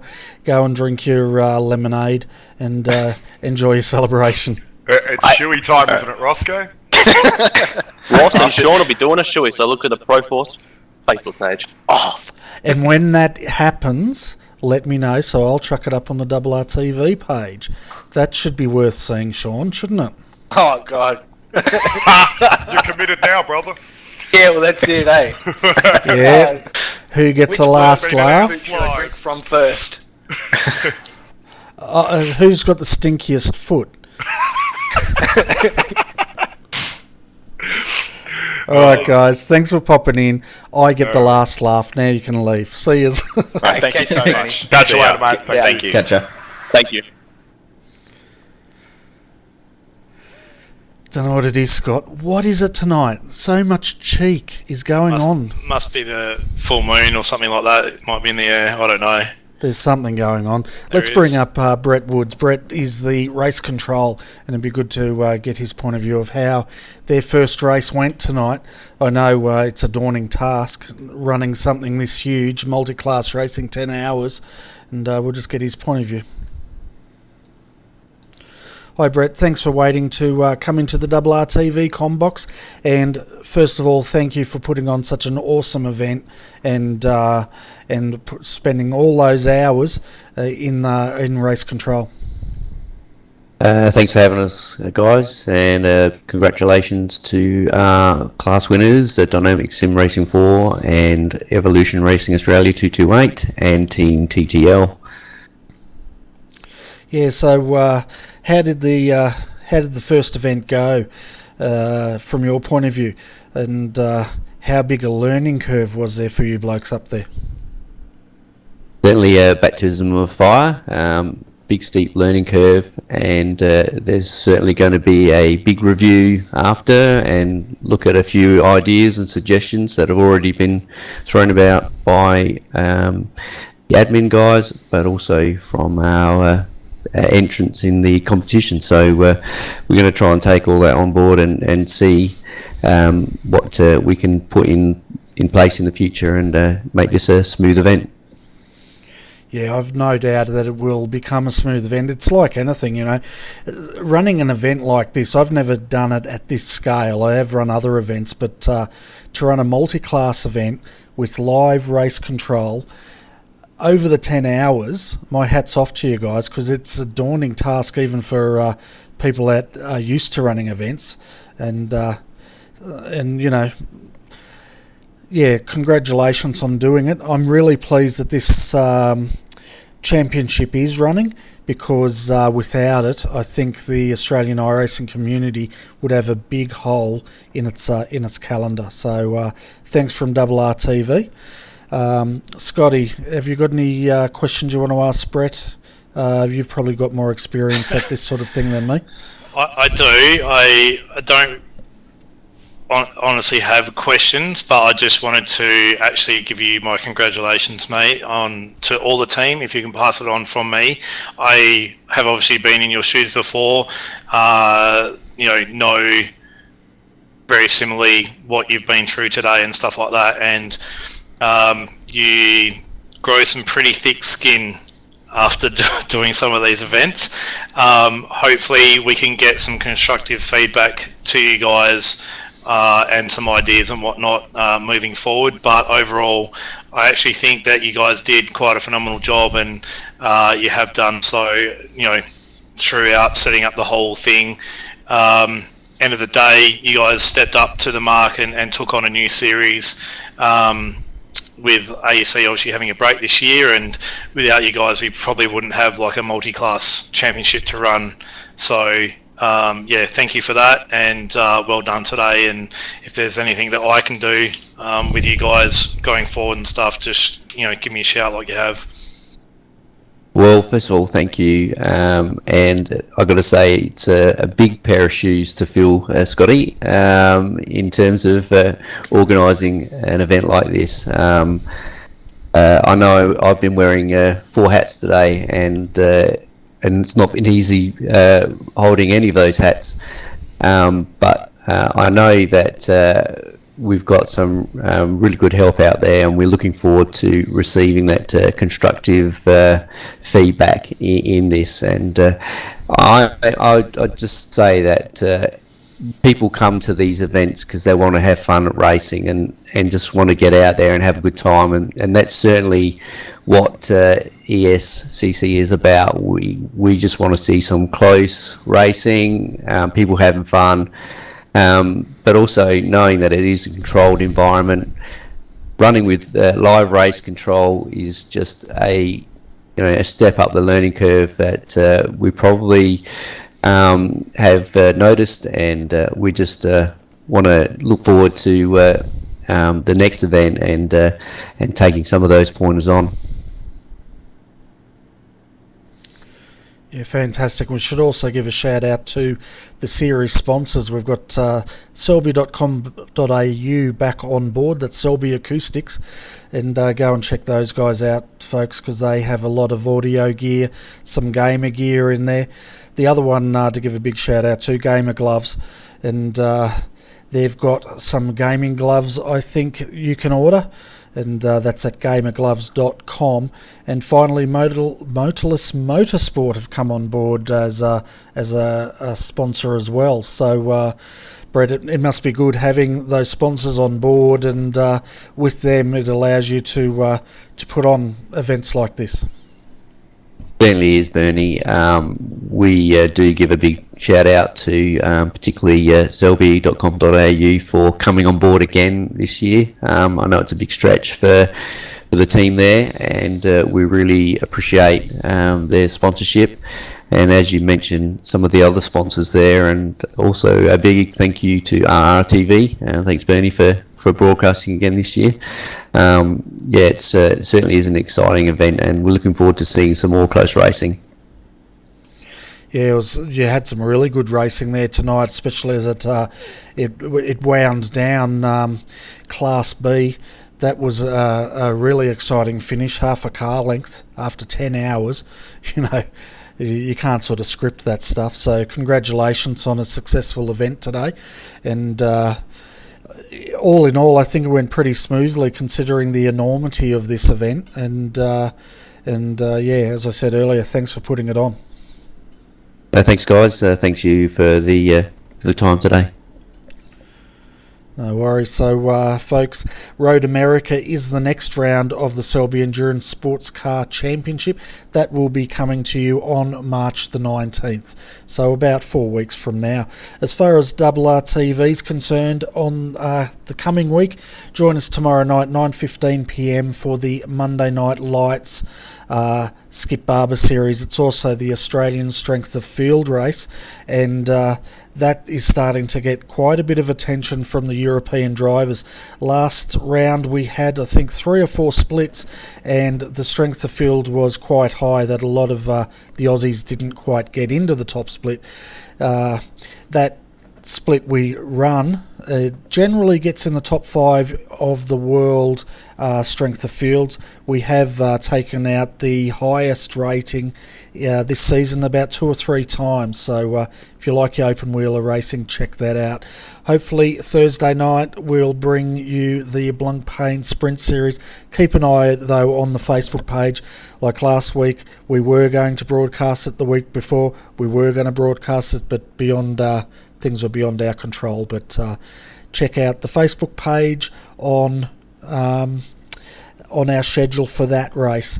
And then, of course, the Australian Online Supercar Championship. We do hope to bring it to you next Friday night. They're going to Oran Park for the 150 endurance race, and then the following week, the Bathurst.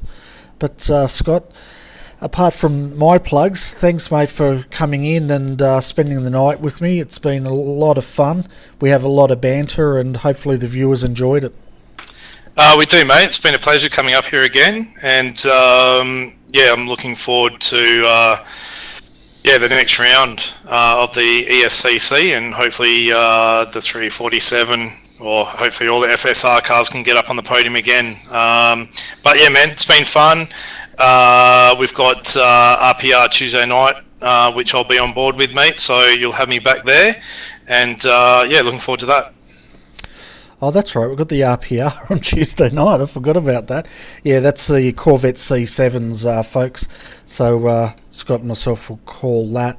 Also, big thanks to Tim Ballinger. He's a champion, that guy. He pretty much, him and the team rearranged their whole race schedule around the broadcast because he knew I needed a hand, and they changed a lot of their driver lineup strategy just so they could accommodate this broadcast. So a huge thanks to TD Racing and Tim Ballinger, and of course with Scott and FSR coming up as well tonight. Scott, I appreciate it. Without you two, we would have been in big trouble. I thought I was in really big trouble tonight when I was up here by myself, but thanks to Scott and Tim for jumping in. And also, folks, thanks for tuning in. It's been a long weekend, a long broadcast. I hope you've enjoyed our coverage. Yeah, it got a bit silly at times, but I guess, you know, you've got to have a good laugh at these things. Lightens the mood a bit. But if you liked it, give us a thumbs up. If you didn't like it, let us know what you'd like us to do that we can do better for you. And, of course, if you've got friends and family out there that like their motor racing, let them know about our little channel and see if they'll enjoy it as well. But on behalf of Scott Stevens, I'm Bernie Weemers, and thanks to everyone for tuning in. We hope to have your company again tomorrow night, but in the meantime, I hope you have a good evening. Good night.